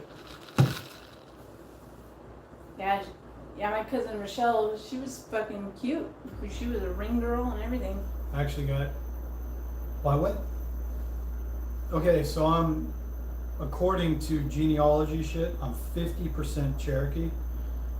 Southern Cherokee, but Southern not... Cherokee. So the Southern Cherokees were the ones that stayed in Georgia and the Carolinas back in the day, and they didn't sign the Dawes rolls that took the Trail of Tears and went to Oklahoma.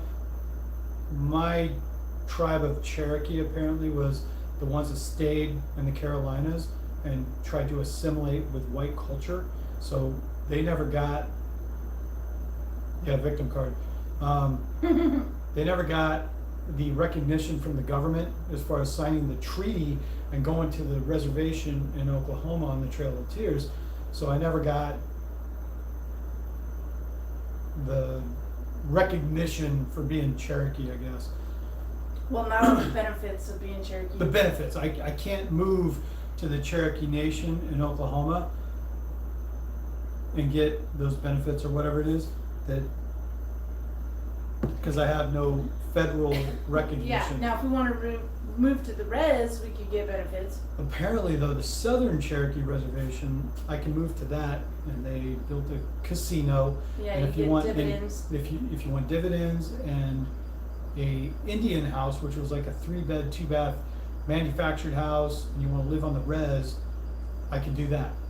Yeah. And get a government stipend of some sort. Well, or, and I guess if we went and lived there in a fifth wheel for a while, we might be able to get small business loans and shit we don't ever have to pay back. well, the SBA, and then there's the Bureau of Indian Affairs, BIA. Yeah.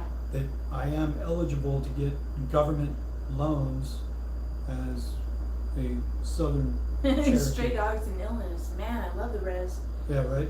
Hey man, but you know what? They're still in touch with their roots and all of that other shit. It's like They're passionate. they're passionate, you know? It's like, you know, and they're still worried about the ancestors and they pass down the histories. And Yeah, my mom, that she got, stuff's important. well, I my mean, mom, people have forgotten about all that my stuff. mom and my, People think it's all cousin- fucking Google and Siri, you know? yeah, my mom and my cousin, they did all the genealogy work back in the 80s and early 90s, and then they sent it off to the it got taken in by the Southern Cherokee Nation, and we all got our Indian cards, and the genealogy research said that I was 64 of 1/28 Indian blood, meaning I was half.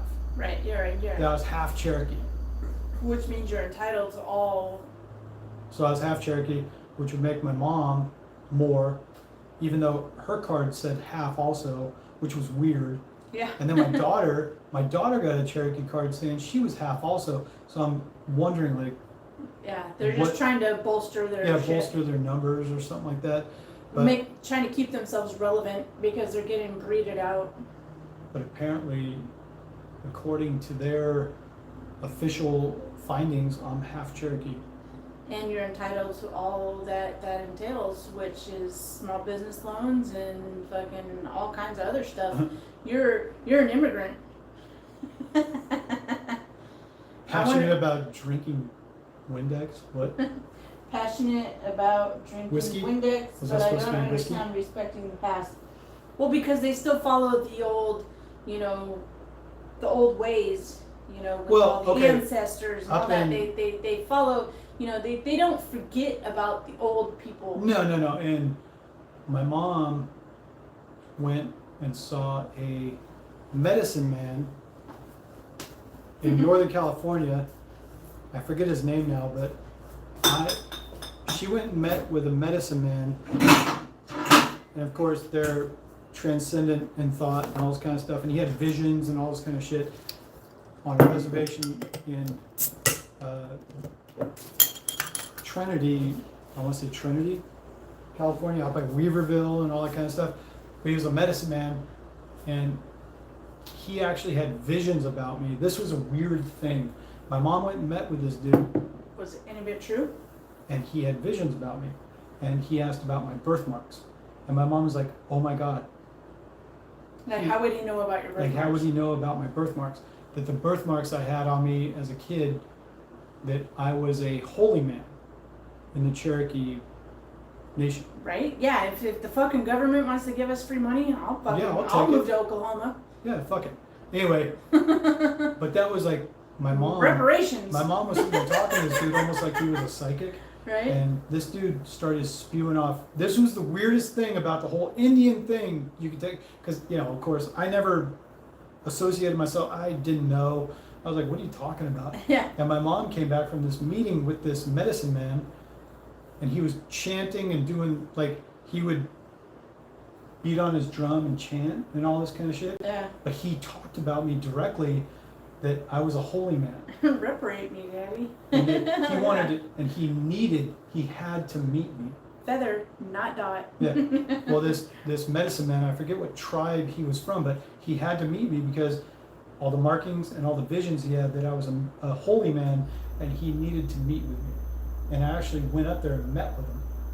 And you decided you were not a holy man. Well, no, he was actually like Flabbergasted? he was honored to meet me and all this kind of shit. And I'm like, I don't know what you're talking about. But he said that I was a holy man, even though I didn't understand it. And in the Cherokee people, I was a holy man. And that I had special gifts, and I had all these things to offer and all this kind of stuff. And I was kind of like, I was only in my 20s, and I was Right. like, okay, cool. He's a big 20-year-old. I was like in my okay. early 20s when I met him, and he sat there, but he was sick too. He had emphysema, and he was just sitting there in his chair at the time. And then after I met him, it was just such a trip though that you meet this dude and he seemed to know things about me already. And he had visions about me and all this kind of stuff. It was a trip. Anyway, to be called out like that, Yeah. and he had visions about me and all this kind of stuff, visions of like some mystical nature or whatever. He's telling me about it, that you are this and you don't understand what you have, and you know that you need to do this with your life and all this kind of shit. And I was like, alright, I'm gonna go drive truck, dude. Yeah, I'm gonna go drive truck and marry a horrible lady. And Schwann's is hiring? Fuck that. Fuck dude. that. But Schwann's is always hiring. Yeah. Schwann's has been hiring for 25 years. Trust me. No Your thanks. room AC is kicking on a lot. Yeah, because it's fucking hot and humid like Hot a and muggy motherfucker. and thunderstorms like a motherfucker. Yeah, so You just have to deal with it, bro, because I ain't sweating so you can be fucking comfortable. It's like barely cool in here. yeah, the AC ain't working good. It's like barely cool. Like once we go to bed, it's going to be on the verge A of... little too sticky. I better be drunk enough, otherwise I'm not going to be able to fall asleep because it's a little bit sticky in here. Schwann's will never stop hiring. Nope. That's been going on forever.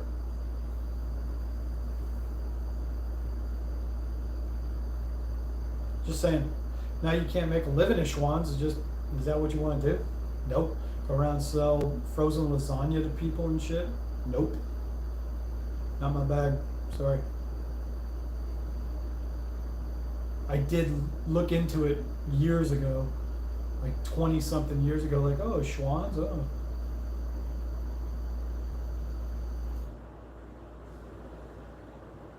You guys picking up NW2? What is that? Oh, Modern Warfare 2? Oh, yeah, we're gonna buy it Yeah. here As pretty soon as we soon. got some money. I guess we need $200 because we both play. Yeah, we're gonna buy it twice. Yeah. I'm not as worried about it. She'll buy it first, I'm sure, and get it Yeah, done. well, hopefully I get that job in town, so I'll be home. Sticky. Yeah. Gonna have like gummy balls and all that shit.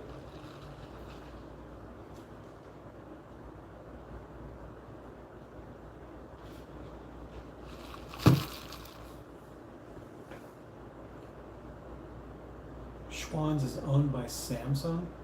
Wow. I'll be getting my reparations before I door to door hustled Hunger Man dinners.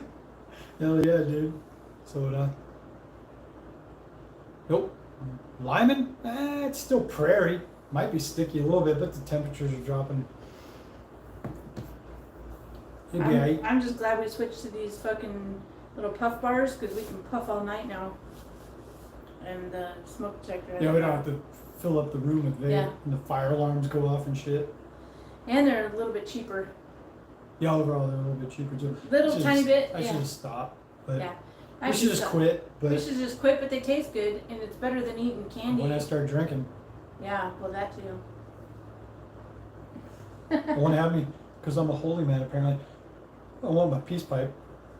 How? The hell? Did you get it? I don't know. Apparently I have a hair in my ear. Yeah. I got the long one. I did get the long one. Yeah, you got the long one. Yeah. Hell yeah, I got the long one. If you're doing line haul, I guess, instead of the door to door. Yeah, I mean, Schwann's is a big enough place. They got line haul drivers and all that kind of shit. What the fuck kind of picture is that? What? Chick with tits? A chick or a dude? I don't know. Meow meow. Yeah. Got some No. cleavage going on there, eh? Yeah. I'm not a fan. Some other chick is in the live feed. Man, I'm gonna cancel you. Man. Yeah, you got 30 dudes and one chick. The chick, she's gotta go. Man, I'm threatened by it. I'm like, All the dudes are like, Selena's beautiful. Oh, Selena. Oh, Selena. Oh, that's nothing. One chick gets in life and goes, hi, guys. Oh, we got to get rid of her. Well, what is it, Dave Chappelle that did the thing about the chicks? And between chicks and dudes? Chris Rock. Chris Rock, yeah. Yeah, okay. So this is why. Just a little... Chicks little and guys, right? Like, she and I are together. The thing she's always most threatened by, if another woman talks to us, that Chris Rock did a thing like 20 years ago where he's like, dudes will always, like say us, another guy, he'll look at us and be like, man, I want a woman like that one day. But a chick comes in and sees us together, like a chick that's friends with her, she's like, man, I want that dude. Yeah, not a dude like him, no. That dude. I want that dude. And the chick will actually try to steal your guy and take him away. A guy will be over here going, man, I want a chick like that one day. Oh, and look. he's You gonna, wish you could have me. I'm married. Kudos, chick. She set you straight. I fucking love it. She's But I guarantee she knows exactly what I'm talking about. Regardless, I know she knows exactly what I'm talking about. She has had, women have made comments in our videos and stuff, and when they're like, oh, you guys are great, this, that, whatever, blah, blah, blah. Jeremy's so cool. She fucking blocks them. I'm like, what the fuck you blocking somebody for? So, because she made a compliment towards you. That's disrespectful or something like that. And I'm like, dudes tell you all day that you're fucking hot. And I would, Selena's so hot and whatever. I don't care. It's like, I'm not threatened by it. I don't give a shit. But it's that mentality though. Dudes are like, I want a chick like that. Yeah, she's hot. And they'll tell her, oh yeah, she's hot. They want her, but chicks are like, no, I want that guy. Glad to see us staying together. Barely. But I'm on OnlyFans. For your feet, I hope. So, just tits and poo.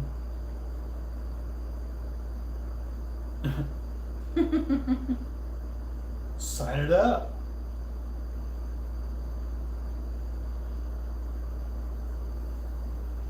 You look like the Manitoba premier. I don't You're even gonna know have to what look that up now. Canada, Manitoba, the premier of Manitoba, like the prime minister of Manitoba almost, or something like that. Selena's hateful as if when it comes to women creeping, it's adorable. No, it's meow chick. What do you do for OnlyFans? Yeah, we actually. We We made a joke about it. We talked about it. It's like, you should make an OnlyFans for feet pics. For feet pics, you or probably him make just fucking- following me around with you- my ass, and like nobody 'cause ever she got a knows big who I old- am. She got a big old junky bubble butt, Like, if I just followed you around and made shorts on OnlyFans of your butt. Yeah, like how bad is that? Like really, if like nobody knows In actually. yoga pants. In yoga pants. In or yoga something like pants, in my butt. No nudity, no porn. Or just my feet, and it's like nobody knows who I am because they don't see my feet and my face. Film.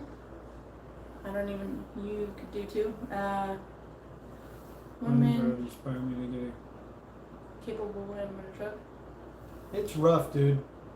That's hard because just your daily lives. I mean, I don't know. is that profitable? I mean, like to even be worth it? Yeah, the mystery of OnlyFans, you know what I mean? Like, if you Like haven't, we've never even signed up for it because I know there's so much detrimental shit on there. like usually, Like you couldn't actually search for OnlyFans. anything. You could only use it to upload and that's it. yeah, Like, OnlyFans you would just consider being like porn. yeah, you like know, porn, yeah. Like, yeah, if we had it, it would be only strictly to upload, not to search. You know what I mean? Because that's detrimental. Like with all social media is detrimental unless I've you're seen just where- okay, unless it's like- you're just posting to make money. You're doing it wrong. Well, it's like I've seen Email us, tell us how chicks to do that- it right. young chicks that they're just like, I've seen where gaffs of it or memes or something like that, where a chick is literally sitting there eating lunch, but she's naked with her legs spread, just showing her cooch, Right. and she's eating, and she literally reaches down and flicks her bean for a little, like she's all. Where did you see that? It was on YouTube or something like that. Like people making fun of it. That she's like literally like with her dog or something like that. She's like, oh, dog. But she's naked with her legs spread on OnlyFans. So she's showing all of her cooch. And But you she's saw just- that on YouTube? But she's just hugging her dog. Well, it was like X'd out. Oh. You know what I mean? But it's like, this is what we've come to. Like people ripping on it. Oh, okay. This is the women today kind of thing or something like this is what they do. Where she's talking about something, but she's sitting there naked with her legs spread. Just showing her cooch. But she's talking about something else. Just so everybody can see her cooch. But she's talking about, you know, building a fucking go-kart. I don't know.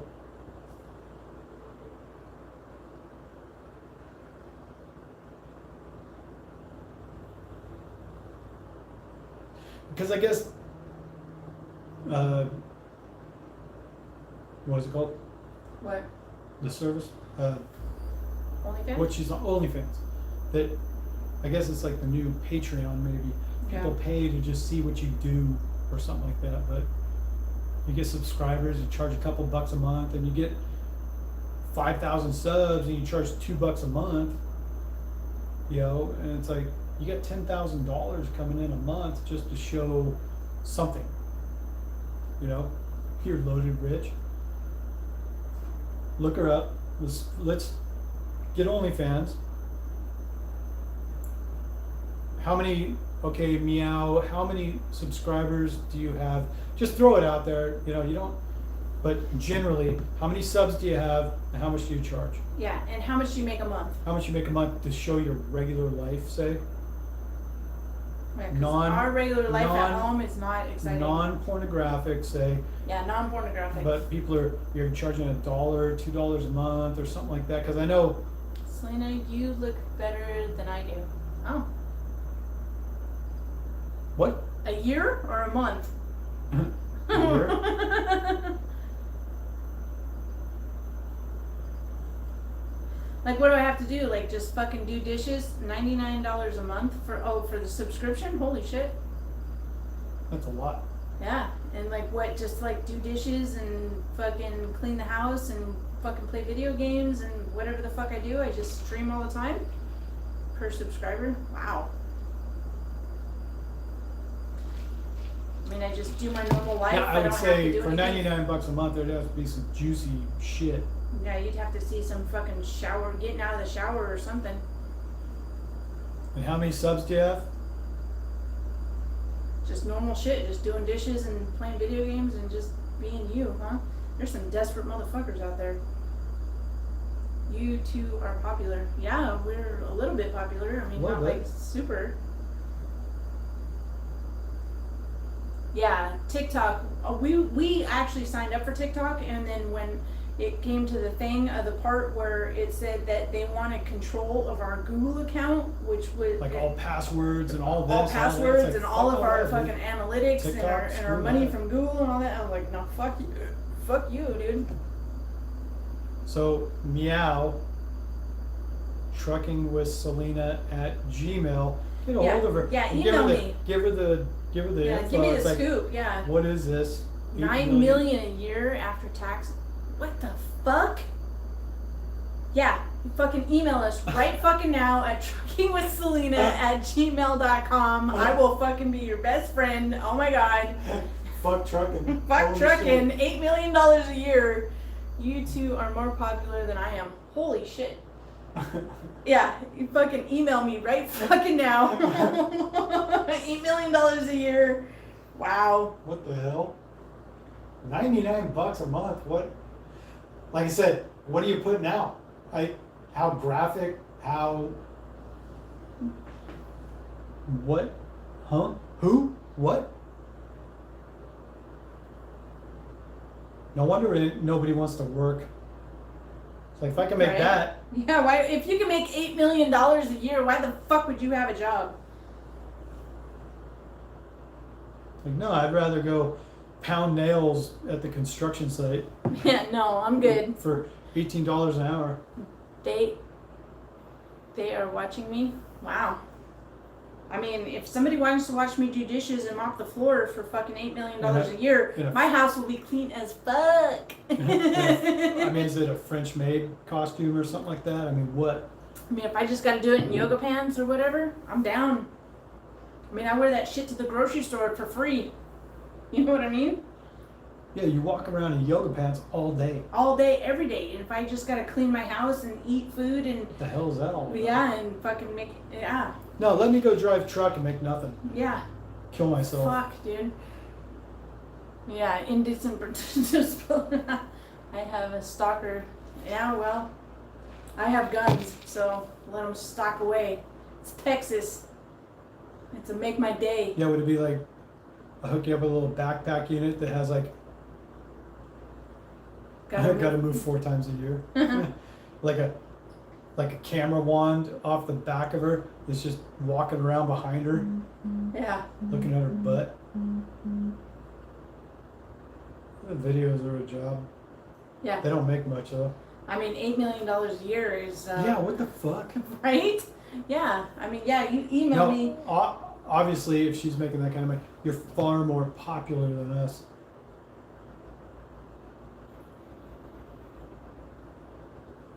Yeah. I mean. Gotta work it somewhere or another, right? I mean, if it's not nothing fucking funky, just my everyday whatever's, it's like. I mean, I don't give a shit. I'm not threatened by it. You know what I mean? If I'm not showing bare skin. You're doing this. If I'm not showing bare skin, it's like it's nothing different than going to the goddamn grocery store.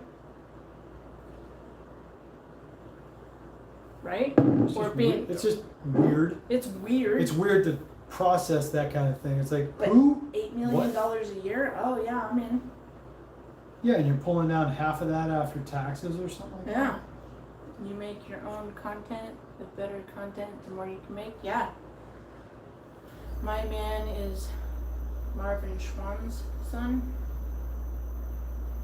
Schwans.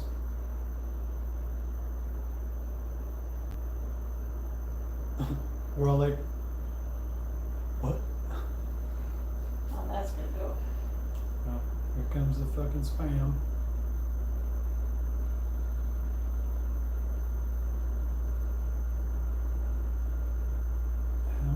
Yeah, we're getting spammed out.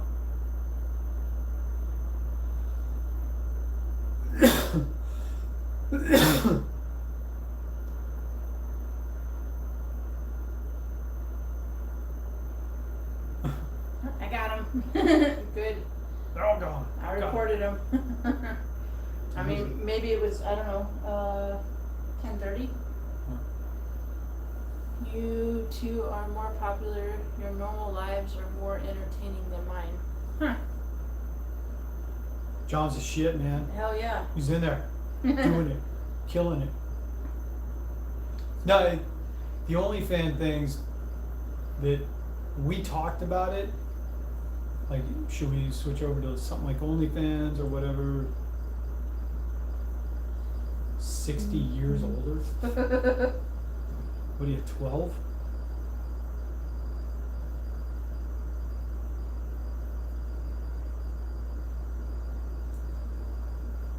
She's a salesperson? Yeah. Why would she be on our channel? For the same reason we just got all that spam. Maybe. I don't know. I mean, I don't see emails. Well, I mean, we get spammed out once in a while. Yeah. I mean, she's not wrong. I mean, you see this shit all the time in the videos. They make fun of fucking OnlyFans, but there's fucking a whole bunch of shitheads out there fucking paying for OnlyFans for them to make fun of, so. We've been doing Twitch for gaming. They were doing it. Her and her son Dustin, they were doing Twitch. It was going up a little bit, but not much. We didn't get it. There was nothing there. It was just. She's dating Joe Biden. I think Jill might have a problem with that. But maybe not.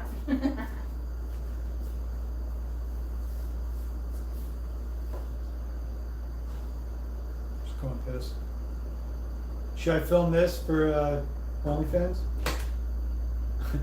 She locked the door. Oh shit. She went in the bathroom and then fucking slammed the door shut, so nope. I get to go pee by myself. I'm keeping something to myself, god damn it.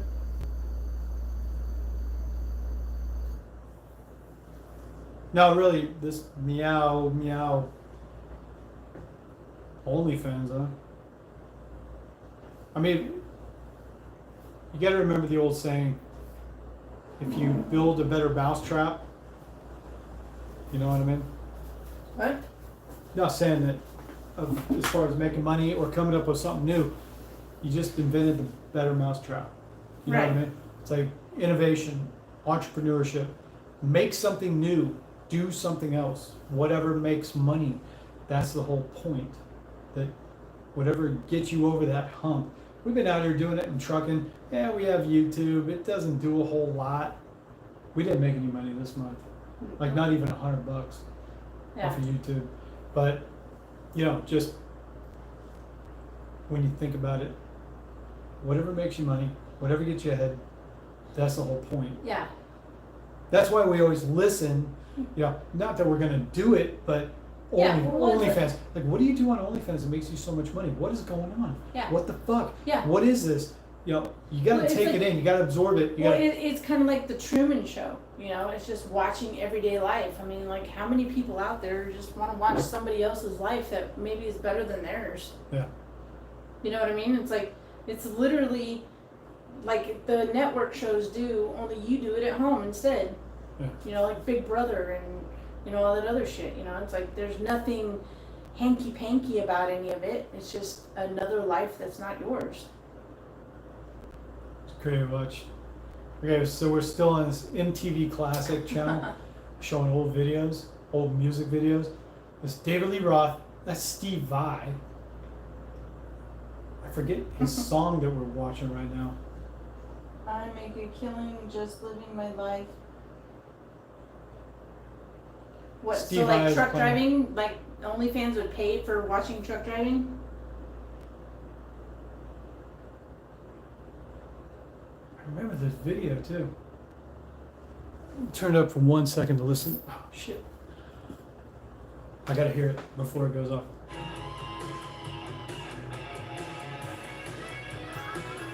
Steve Vai. Corny ass fucking video from the late 80s. It'll say it at the end. Yeah, I know. David Lee Roth though. I remember watching this a long time ago. Just like living in Oh, paradise. not too much, we'll get That was, copyright. it was David Lee Roth. Oh, Steve Vai. It's funny, Steve Vai hooked up with David Lee Roth to do solo shit.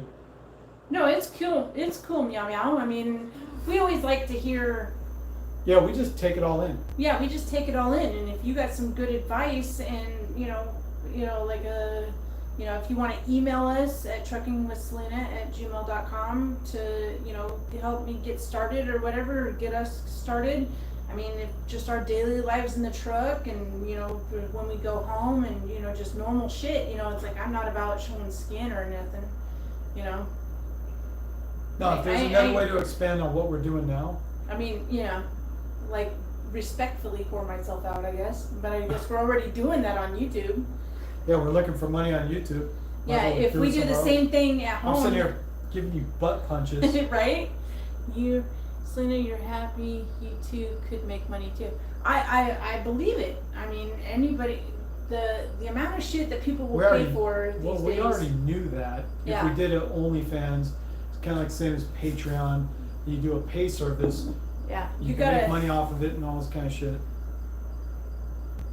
We knew that already. Well, she's It's not just a matter making any promises. She's just saying what she does. She doesn't want anybody to subscribe. She's not fucking trying to advertise her channel. She doesn't even have her name in there or anything. She's Well, just it'd be saying. about us. She's just saying that We we would actually have could to- benefit from it. Yeah, if we would we actually have to decided go to do on it. OnlyFans and check out what she does, Yeah, which means we'd have to pay $99 to check out her stuff, I guess. unless she wanted to email us a free link just to see what she does, so we had an idea. Yeah, I mean, we don't know enough about OnlyFans to do it. He said, if you're so successful, donate to the chat. Yeah, you got $8 million a year. Yeah, right? Fucking donate to the chat so we know you're not full of shit. You're not just spamming the shit out Send of us it. $20,000 right now. I make $8 million a year. Here you go. Yeah. Here's a $9,999 so you don't have to claim it on taxes. Stay civil, bitches. No, I'm just curious, like OnlyFans, you know, it's like I know there's money to be made, but it's like from everything I've heard, you gotta show your cooch and your tits and, you know, like, you know, you gotta make fucking cake mix with your tits and all kinds of shit, you know, and it's like, I don't want to do all I have that. to stir margaritas with my nipple. Yeah, you know, it's like haters. No, it's just like, you know, it's like I don't want to do that kind of stuff, you know, it's like if I can do clothed, You know those? yeah, clothed things, you know, and, you know, I'll do it. Closed. She could donate a W900. No, she could donate like $5. I'm sure that wouldn't cut into her bottom line. It's so bad watching late 80s videos now. Oh yeah, and people So- used to just sit around and watch I this used to shit. sit around, well, late 80s, me, I used to sit around going, yeah! You know, all these heavy metal bands and stuff. Like, this shit is fucking horrible, dude. Yeah, so horrible. Watching all these old videos now on MTV Classic. I get it. They made another channel so the people that originally came in with MTV in the 80s could watch these old videos now. It's like, yeah, all right, woo. Yeah, And it's like, these are fucking horrible.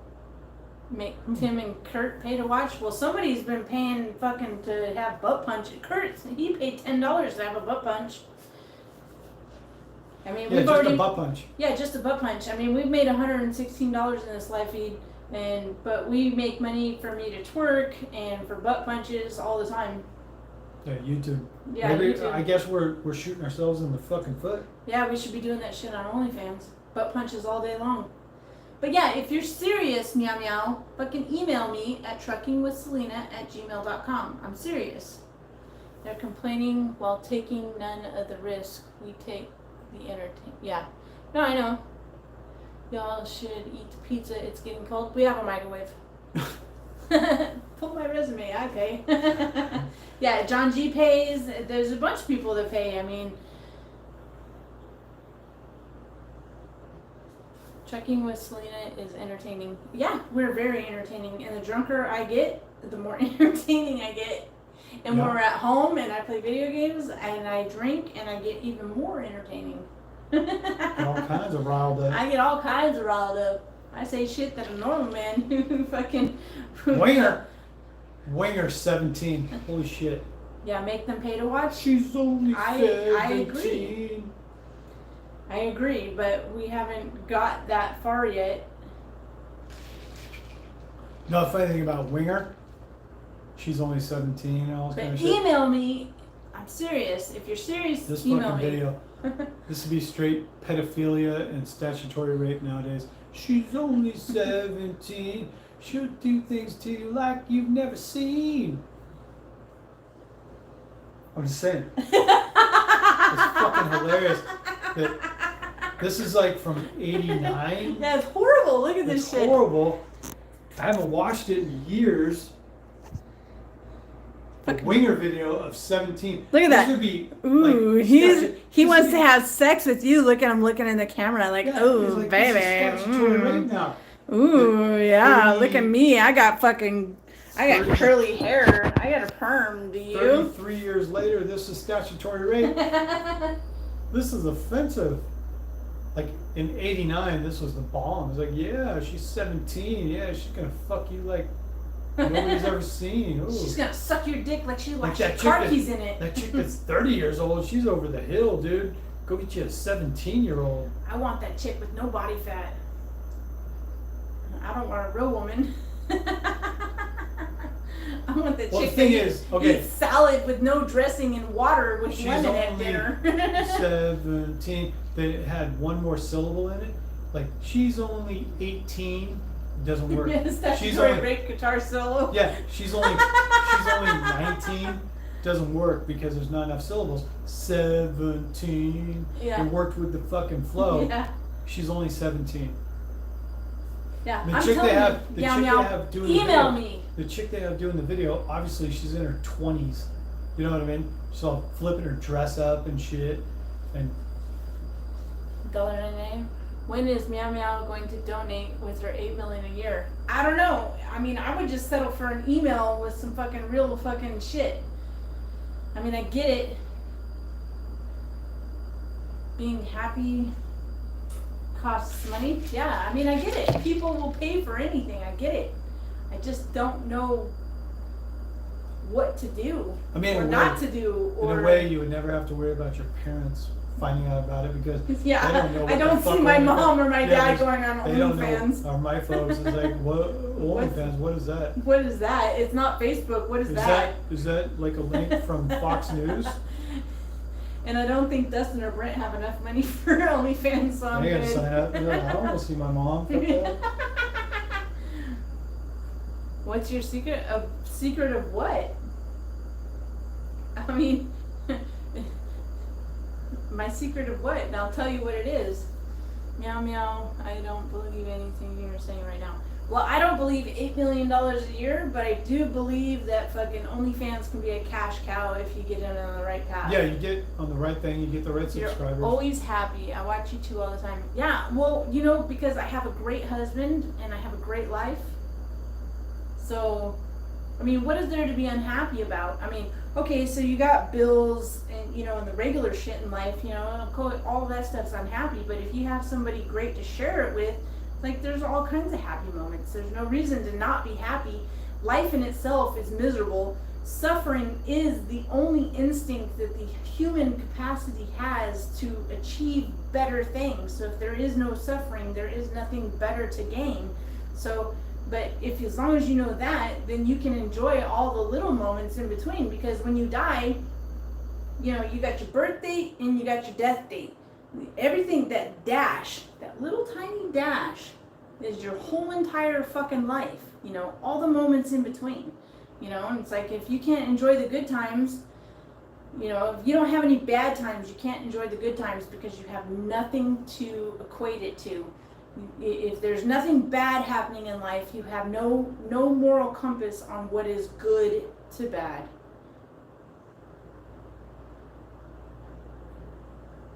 No, life is finite. Yeah. That's what you're saying. Life is finite. What you do in this life, do it. Do what you got to do.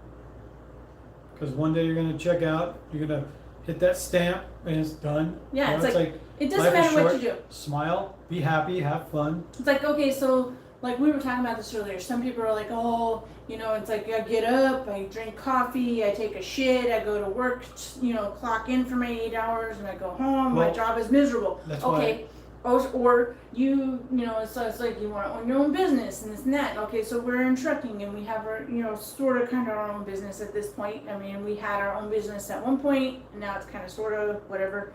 But you still go to sleep and you wake up and you do your job and you check out and, you know, the next person clocks in, and, you know, it's like, that's life, you know. It's like, if you can't find happiness in life, what's the point in being on this fucking planet? Well, If you focus on all the bad shit, you'll never see any of the good shit. And there's so much good shit. I got 2 quotes that I'll say real quick. Charles Bukowski, okay? 2 quotes I always love of his. That the 9-to-5 life is the greatest atrocity put on the mankind. But That is one. Is it? The 9-to-5 is the greatest atrocity because well, and expand that. The 9-to-5 is the greatest atrocity put into mankind because you do something for money that you hate. Yeah, but Okay. The second one is find something you love and let it kill you. yeah, basically do it till you die. Let it kill you. If you're doing what you love, Do it till you whatever die. it may be, whatever it may be, I don't care if you're pounding nails, making fast food, you know, spinning in circles, whatever. But if you love it, let it kill you. It's a great analogy of life, that life is not guaranteed. You hear from this point to that point. It's a line in between. Whatever you do in this line, whatever you do, love it and let it kill you. Yeah. Whether you keel over at 50 because of heart attack, or you live all the way to 100, Yeah. but whatever you love doing, do it well. Yeah. Do it. Like me, trucking, I don't love it. Hate it. I hate it. It's a I don't want means to to do an it. end. I don't want to do it. It's a means to an end. I'm in this middle line here, and I'm fluttering in there somewhere, and it's like I don't want to do it. Yeah. I don't want to keep doing it. What? I want to do something else. I want to have some. It's not what I love. Do what you love and let it kill you. It's a beautiful synopsis for life. Yeah. You know, do what you love. It doesn't matter if you started it when you were a kid. It doesn't matter if you started it when you're 80. But if you find it, do it and let it kill you. Let it absorb you. Let it, whatever it is that you find. I love doing this though. I don't care if it makes money or not. I don't care. But do it and croak with it. Choke on it. Yeah. Just Do it till you fucking die. take it all in. Charles Bukowski, while he was not successful in his own right, you know, he was a damaged, fucking fucked up person and all this kind of shit. But he said, and it means so much, you know, that people that go to their 9-to-5 jobs and they do something they hate their whole life, Yeah. and then they even get to the end of that and get their gold watch and their little retirement or whatever it is. I got a gold Like, watch. Okay, have fun. But it's like that is the most simplistic form of life. That don't pass up the thing when you find that thing that absorbs you and totally, you know, capacitates your whole life of like, this is what I want to do. Even if it's doing charity work, you make no money. Yeah. It's not about the money, but I love doing it. I have a passion for it. Well, that's like if we won. I'm not gonna have a retirement. I'm not gonna have medical benefits or anything. These so-called security Well, it's issues like and stuff. if we won the Just do lottery, it. I would open up a fucking rescue shelter for animals. I totally would. Yeah, that's the other thing that the question gets put to you of tomorrow. If money was not an issue, what would you do? I would open up an animal shelter, and that's She what I would would open do up all an day. animal shelter. And that's what I would do all day. I And wouldn't care I about know- anything else except for taking care of And I all know those too. unwanted animals. In the same way, I live in the service of something. I'm not a selfish person. I want to help people. I want to, you know, it's like you can't help people because people have minds of their own, and you can't help the unwanted. But animals are always in need. They depend on us for survival. And I would and you can't save everybody. You can't save all animals and stuff, but you make your mark on society. You make your mark in the world by. I would have like a help- hope for pause. Like I helped this person, or I saved this animal, or something like that. That is a valid thing. That if you Yeah. want that, and that's what drives you, and that's what you're passionate about. That we've talked about that. That if we could, you know, trucking aside, if we had a place, say a house or a place, Yeah, and we could set up kennels. Yeah, I would totally rescue animals. Bring your dogs to us. Bring your cats to us. Yeah, and you stuff. don't want them, We want to we'll house take them. We want to save them. That when you see the smile on a dog or cat's Yes, face, please, meow meow. Please send me information. that you know you can save animals or people or help somebody or help something. People are so hard to help. And People are hard to help. even though Dogs are not. dogs are not. Dogs and cats and birds and whatever, they're helpless animals, and if you give them food and shelter, they will love you, and they will, We had a because they place can't do anything But about these- it. And we're not. People can change their minds at any time. You can help them in the moment. Like I have fostered children in the past, and you know, it's like gave them everything they needed and wanted and everything else, and they still fucking turned and fucking went back to their old shitty ways and ended up in jail and all this other stuff. And it's like, But dogs. but dogs and you Dogs know, are like. they're- What is it? Well, even Charles Bukowski, he said, dogs are like angels in dog form. You know what I mean? yeah. That they love you. They just want to Unconditionally. be unconditionally. They just want to be with you. We have They three just want to little be helped and dogs. all this kind of stuff. We have 3 little dogs that just fucking sit on me constantly. They just want me to pet them and love them and nourish them and let them know that I love them and I acknowledge them and that I want them. And all their whole sole purpose is when I walk through the door that they're excited to see me and all, you know, and it's like, I love you and you love me, and that's all they want from me. You know, it's like we just want to, like, They're- genuinely, that's when you gotta look at the genuine nature of who you are. Who are you? And this is where the question of life comes down, you know, like, you can only who are lead a you horse and to what, walk. and what do you have to offer the world? And it's like, we're both selfless people, and we want to have people in our lives. We want to have Yeah. things in our lives that ultimately we want to put our energy into things that also Yeah. Like, everything plays out in a positive way. We want to help people. I wish we want were to in do a things. in a position where we had a home with several acreage and, you know, could run an animal rescue, not just a dog rescue, an animal rescue. Because Do we know everything about every animal? No. no, But through kindness and compassion, that things in the animal world, if you're a kind and compassionate person, yeah, that goes across all boundaries. That Yeah. you see at a bird, and you know, there's even a eagle or something like that. That if you just walk in, and, you know, I'm just here to help, dude. yeah. I don't want to hurt you. Yeah, it's like I how just many wanna help videos have you. you seen when they're like wrapped up in a snake and someone comes and fucking unwraps them from a snake and they fly away. Could Then you they be come that back. person?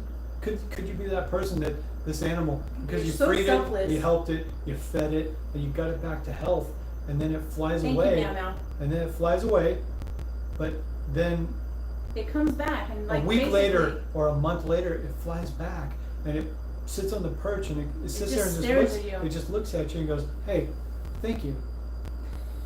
You know what I mean? Kurt, you're fucking awesome. I love you all. Here's actual money. Meow meow. But like, I saw a place in Missouri. It was an abandoned school building, and it Yeah. had some acreage behind it. Yeah, we And could actually. we could have bought it for cheap. And the immediate thing we thought, if we bought this place, Yeah, we would turn it into an an animal animal rescue, sanctuary, an yeah. animal sanctuary that would bring us your, you know, like the old saying goes, your tired, your huddled masses, bring them to us, and we'll fucking help them. But we legitimately felt a passion in that thing Yeah. of like, we want to help, not just people, animals, you know, whatever comes. Yeah.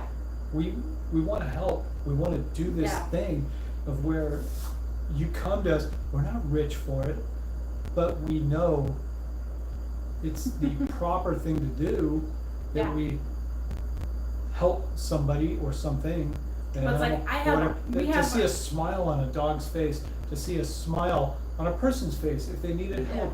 Like, sleep over here, dude. Yeah, even if I it's don't just have for any one night. animosity towards you. Come over here, dude. Yeah, even if it's one night that extends their life for fucking 5 more years because they had that one night of whatever. It's like, that's fucking great, dude.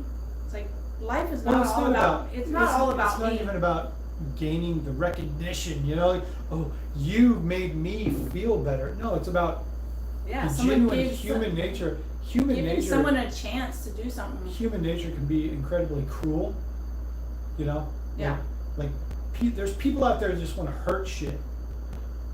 We're not that. Yeah, We actually, if we had the means and we had a place, the people and animals and whatever, that we could bring them there and help them, yeah, and then send them back out into the world. You know, it's like this thing, we're not seeking selfless recognition, like, oh, yeah. I don't want to because be recognized we, for it. we I want to know that. rescued you. Oh my God. That's Yeah, no. no.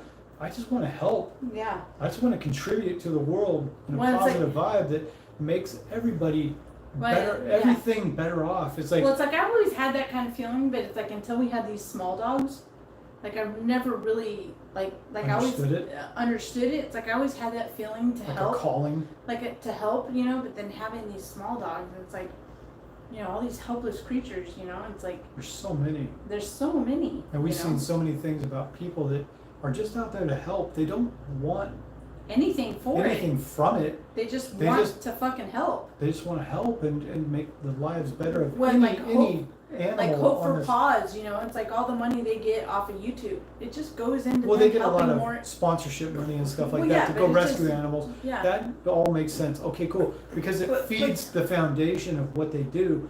That's great. Yeah. They but bring money in so they can go and live the life of going out to help more. Yeah, it pays them to be able to help shit. And that's great. Yeah, I fucking love it. We see the same thing though, that we're not, and that's where you No, kind it's of like draw if your we- line if of we like won the being lottery- selfish or selfless. Yeah. That I If just we want to won the help. lottery, I would take a giant chunk of our money to fucking, you know, help that kind of shit. Yeah, to buy a property that we can live on. Again, you gotta. Yeah, it because starts you with, still you have gotta to take care of yourself.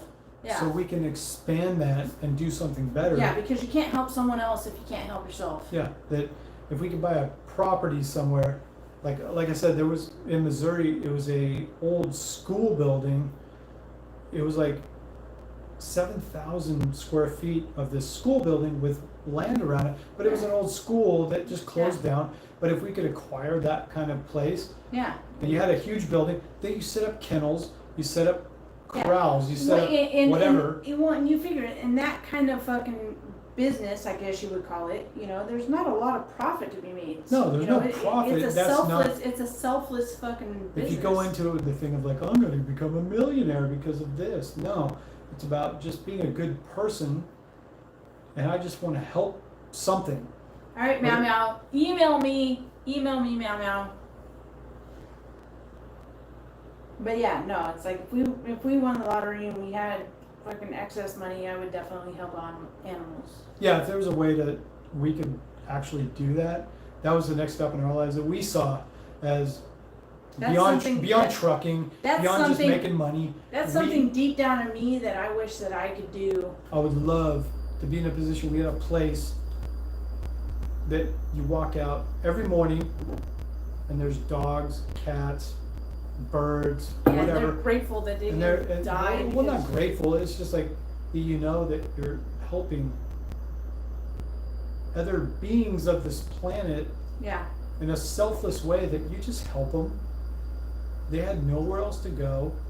They were in dire straits. yeah, I want to help you. I want to. Yeah. I want to do something better in this world. That positive energy and all that kind of Yeah. shit. That you know, we're just about making money and fuck you and all this kind of No. stuff. No, it's about actually happiness in it's actually life. a selfless preservation of the world at large. That we want to be a part of this world, not just about making money and shit. Like if we saw a means to a better end, that we could do these things to help humanity and also help the world yeah, by doing our little part, because there's people doing these parts all over the place. yeah. We're Everybody, just a part. Yeah. We're just a piece. We're Yeah. just this little segment. yeah, we're not the over only here people trying. out there who want to fucking save animals. We're trying to do something better, you know, and that makes all the difference. The chat smells better, but since meow meow left. That should be. Yeah. Yeah, she was just in here promoting her shit. We'll see if I get an email. All right. I haven't got one yet. No, I just, as far as talking about the next step in life, you know, that is the next step in life, because we talked about it. Yeah. it's Trucking, whatever you want to do, making money and all this kind of shit. Actually, Like, yeah, we I gotta look do after find- ourselves first. I do but- find there is more of a true calling in what we've talked about, that we want to extend ourselves beyond what we do right now. Yeah. This sort of, it's a bubble, you know, it's like we're in this layer right now. We want to break beyond that. We have had those thoughts, and it's not about money. No, it's not about money. We're gonna get rich or No. anything. It's about I mean, we have to sustain ourselves, obviously. we have, because- yeah, with sustainability, there's one thing, but we do want to be in a position that we can, dogs, cats, birds, whatever, but like I said, you're fringing on the,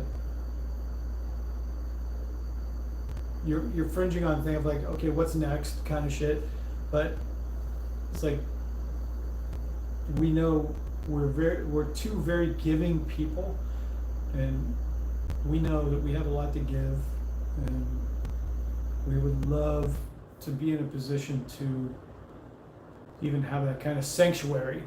where- Oh, did she leave before you could say goodnight? Aww. I guess that's one more stray fucking cat in the mix. Meow meow.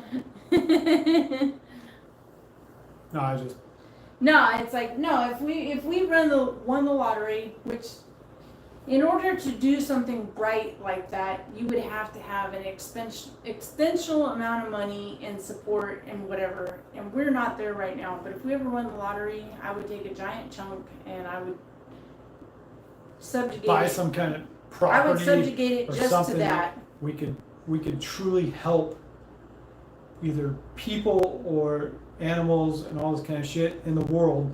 It's like a worldview, not just we just want to do this. Yeah, it's like a whole broadband thing that if we had the means to save, call it save, rescue, whatever. I think that's over bloated terms and shit, but just to be able to like say dogs, even just in the general sense Yeah, of dogs. a bunch of pit bulls or something like that Yeah. got brought in, and they're all aggressive and they're fucking really apprehensive and shit. Like, Scared. oh, we don't want to deal with you. Fuck you. Yeah, And that's no that- need for them to get put we down. both have soft hearts, Yeah. and we both have selfless natures. That if we could walk in and just Take all the dogs and nobody Pet. wants to fucking just pet pet and well. pet on top of that. Hey, it's okay. Yeah. We're here. It's okay. We're Well, not even gonna do anything to you. We're not Well, gonna even hurt if you. you can't pet them, you know, it's like if they're gonna be put down because they can't be fucking adopted. It's like, well, we'll take them. Bring them here, dude. Bring them here.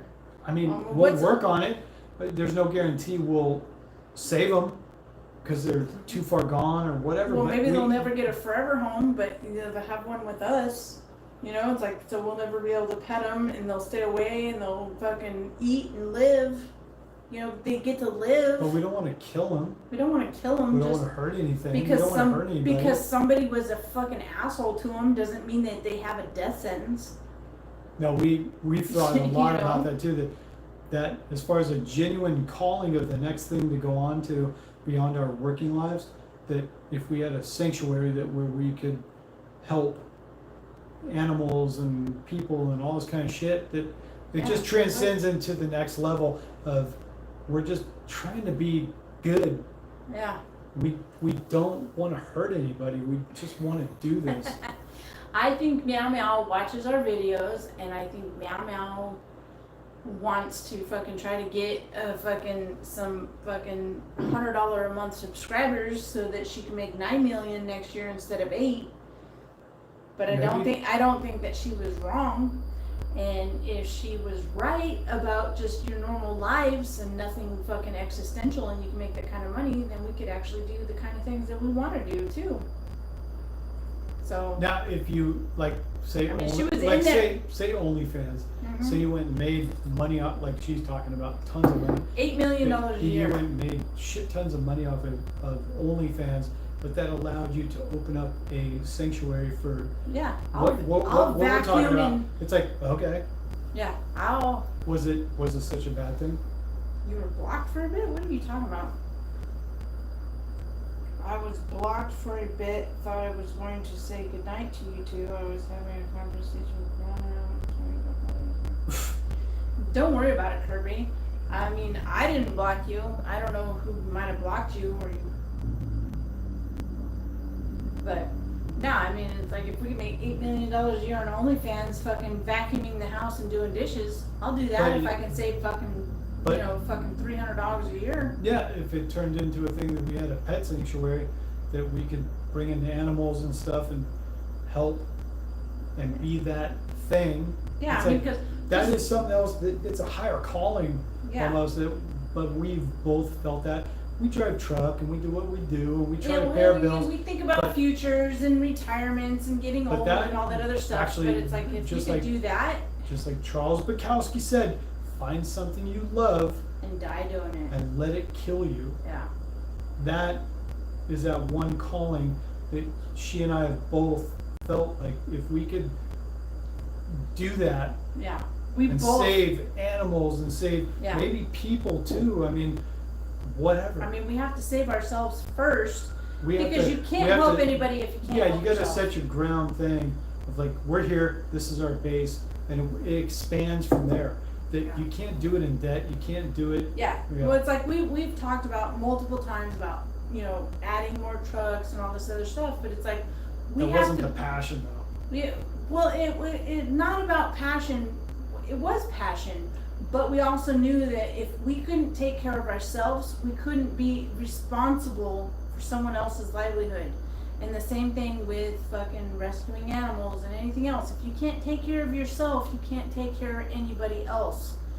You have to be secure in financially, which is shitty, but it's true. You have to be, financially secure in yourself in order to help somebody else, because otherwise you're just doing double damage. There's no point in doing it if you're not secure. You cannot help somebody else without, No, like I said, there was the place in Missouri, it was a old school building Yeah. with some acreage around it, and it was cheap. And I was like, dude, I showed her, I was like, that would be a great place. Mhm. It was outside of Joplin somewhere, like in a small town. But we saw it, Good and night, we're like, Michael. like, would that be the kind of place that, as far as abandoned and, rescue animals and all this kind of shit that we could bring in there, set up kennels because it had the space, it had Yeah. the building and all this, the infrastructure to do it. We're like, yeah. But again, too, it's like, well, we got to take on a mortgage to do it. And Yeah, you gotta have things in you place have and everything. overhead. You gotta have food. You gotta be able to pay for veterinary services, because neither one of us are veterinarians. You might be able to do simplistic shit, like give them shots and all this kind of shit. Yeah, whatever But you can buy from Tack and Feed. overall, you're gonna have a veterinary service that is willing to do pro bono work for you. Yeah, Do You it gotta for be- free. Like, oh, we want to spade and neuter. yeah. And then Somebody's you got to gotta, be willing to do it. yeah, spay and neuter and shots and all that shit costs money.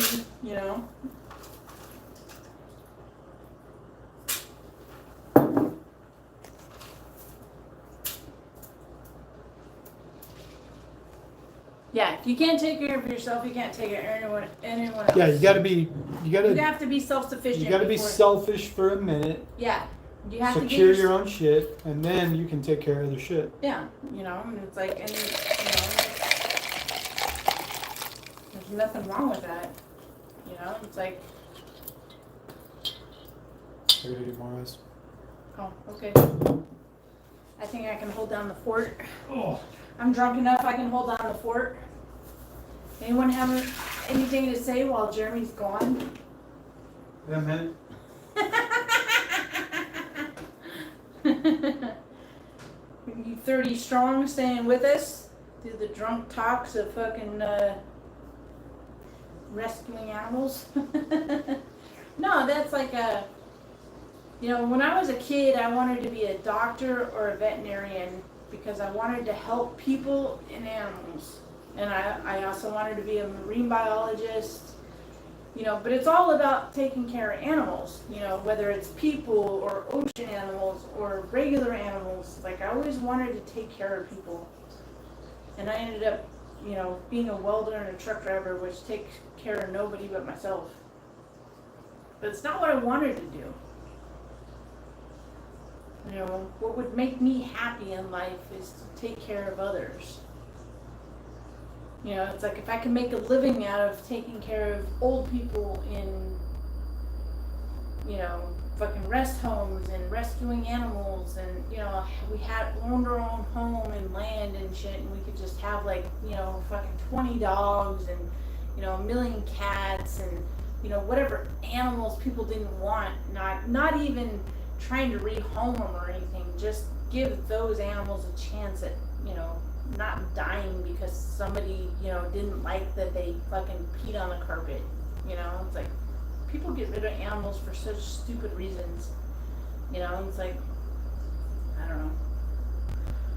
Other than my family and my church, all of my proceeds go to me. Well, yeah. It's like, but I always had this feeling that in life that I needed to do shit for others. You know, not that I had to suffer to do it, but that I had this calling that I had to do more for others. We've done the Dave Ramsey thing for 2 years, having a truck with 200K miles and paper.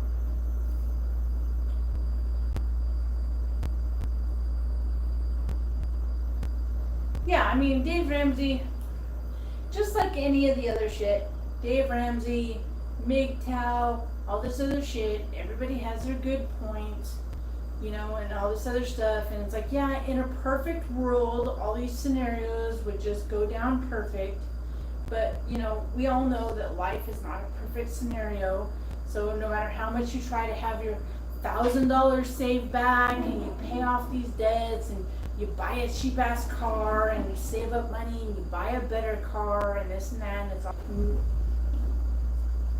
nothing ever works out perfect because life happens, you know. No, it don't.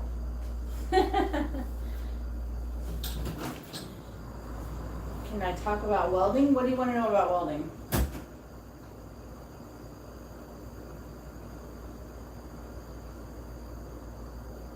What do you want to know about welding? I mean, I can weld fucking carbon steel. I can weld, I don't even, it's been fucking like 7 years since I welded anything.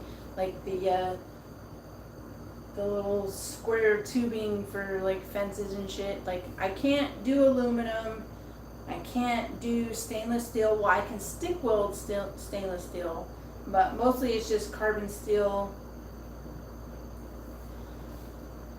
Never let the perfect get in the way of the good. Exactly. Well, nobody's perfect. That's the thing. Nobody's perfect.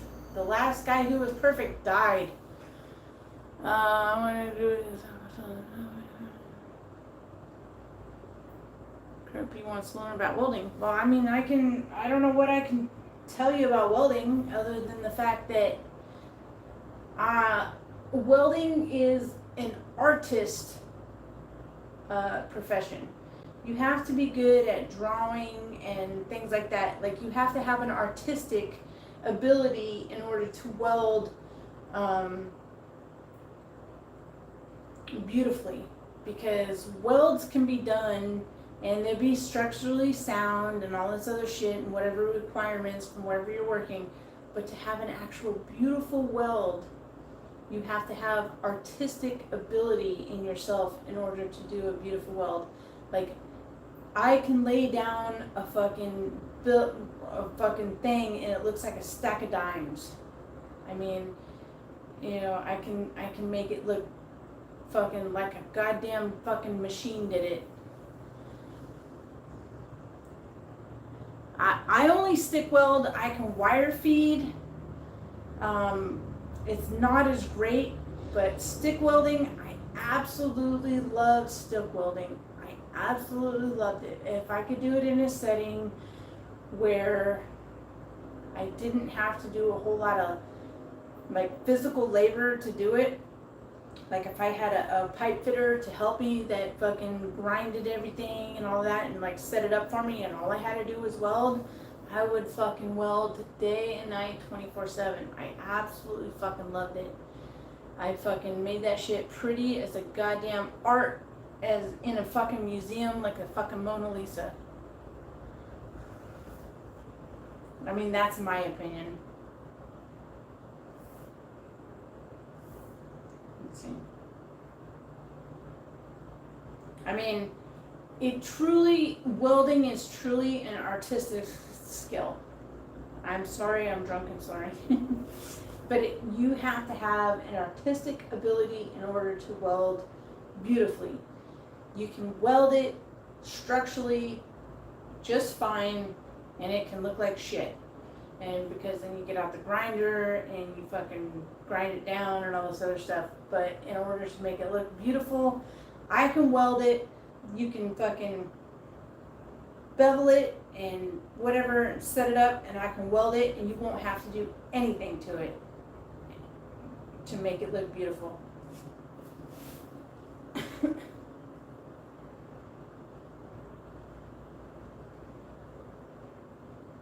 Yeah, is surface cleaning important? Yeah, because otherwise you're gonna get porosity and imperfections in the weld. If the surface is not clean, you're gonna get holes and, you know, imperfections, which will degrade the, What? you know, the foundation of the weld. You know, it can bust if it's got any kind of imperfections in it. It has to be completely solid metal.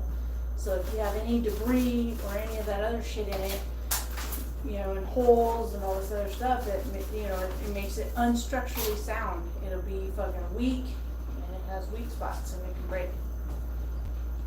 Aaron wanted me to talk about welding. It's been like 7 years. It's been a long time. But I absolutely love welding.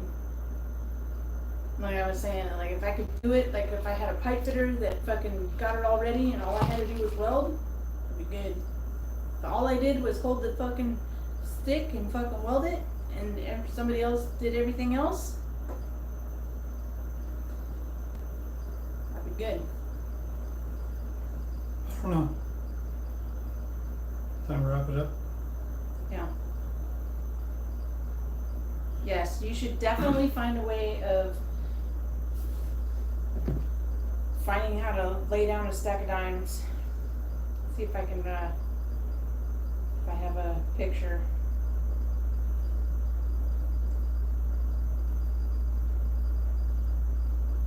Ah. There we go. I don't know how well you guys will be able to see that. Is that one of your welds? Yeah, it's one of my welds.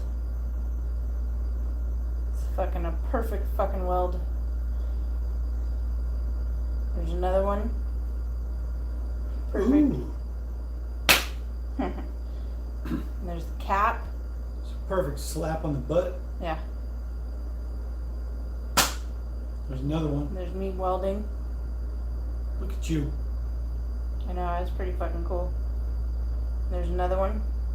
Fucking look at that. Look at that. Perfect. That's Perfect. fucking perfection, dude. That overlay.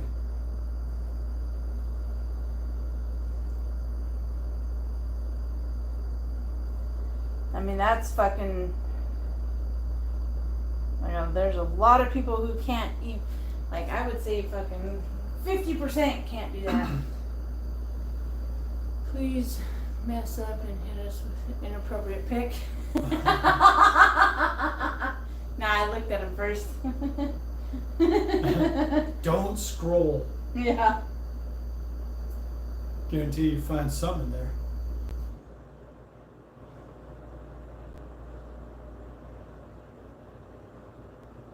So,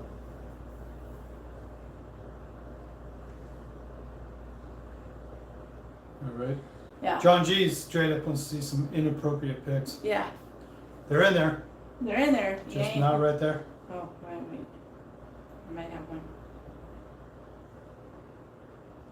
Was one of you doing that? You were doing a hot tap. I showed your butt. There's an inappropriate pic. Oof. Look at those. Corduroy to the horizon, man. Look at those. Fucking Klingon. There was a pic of her when she was doing a hot tap up in a roof. But somebody took a pic of her up on the ladder. It was just her butt in some tight fitting jeans. That was a great pic. I was like, look at that butt. Big old butt. Yeah, I think it's time to go. We need to watch some Reign of Dragons. No, it's just time. It's been almost 4 hours. We gotta Yeah. go. Anyway, we'll check out on that. Yeah. Thanks for checking in. Yeah. We love you guys. Oh my god, we love you so much. Oh my god, we love you so much. Oh my The god. phone's all like crept down a little bit and Yeah. shit. Like just tops of our heads. Yeah.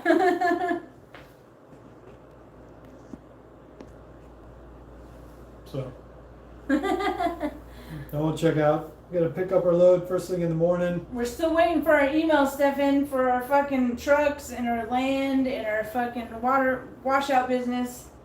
Waiting. Waiting to see if you're full of shit. So I guess tomorrow we'll pick up this load, make some video. We'll try. We'll try. Going up to Seattle. We'll try. We'll try. No promises, but we'll try. We love you guys. We try. We love you. Oh my god. Like Ozzy. Go back to any Ozzy live concert. I love you all. Brr. Right? Yeah, he's like, I love your paychecks. I'm drinking whiskey and doing cocaine. I love you all. Yeah. Thanks for enabling my inhabit. All right. All right. We'll check out on that. We'll check back later. Yep. What do you say? Make sure you like, share, subscribe, and keep it between the dishes, bitches. Boom. Boom. Yeah. Booty slap. Oh, Kurt B paid for a fucking end of live stream booty punch. Oh shit. My phone's dying too. It's at 5%. Yeah, you better hurry up. Turn over here. Oh boy. Come here. Come here. Right there.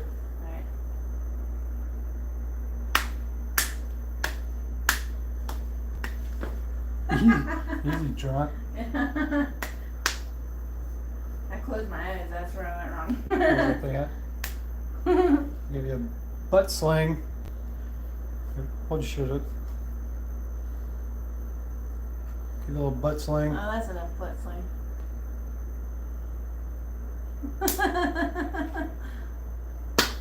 All right. All right, We're out. out. Bye, bitches.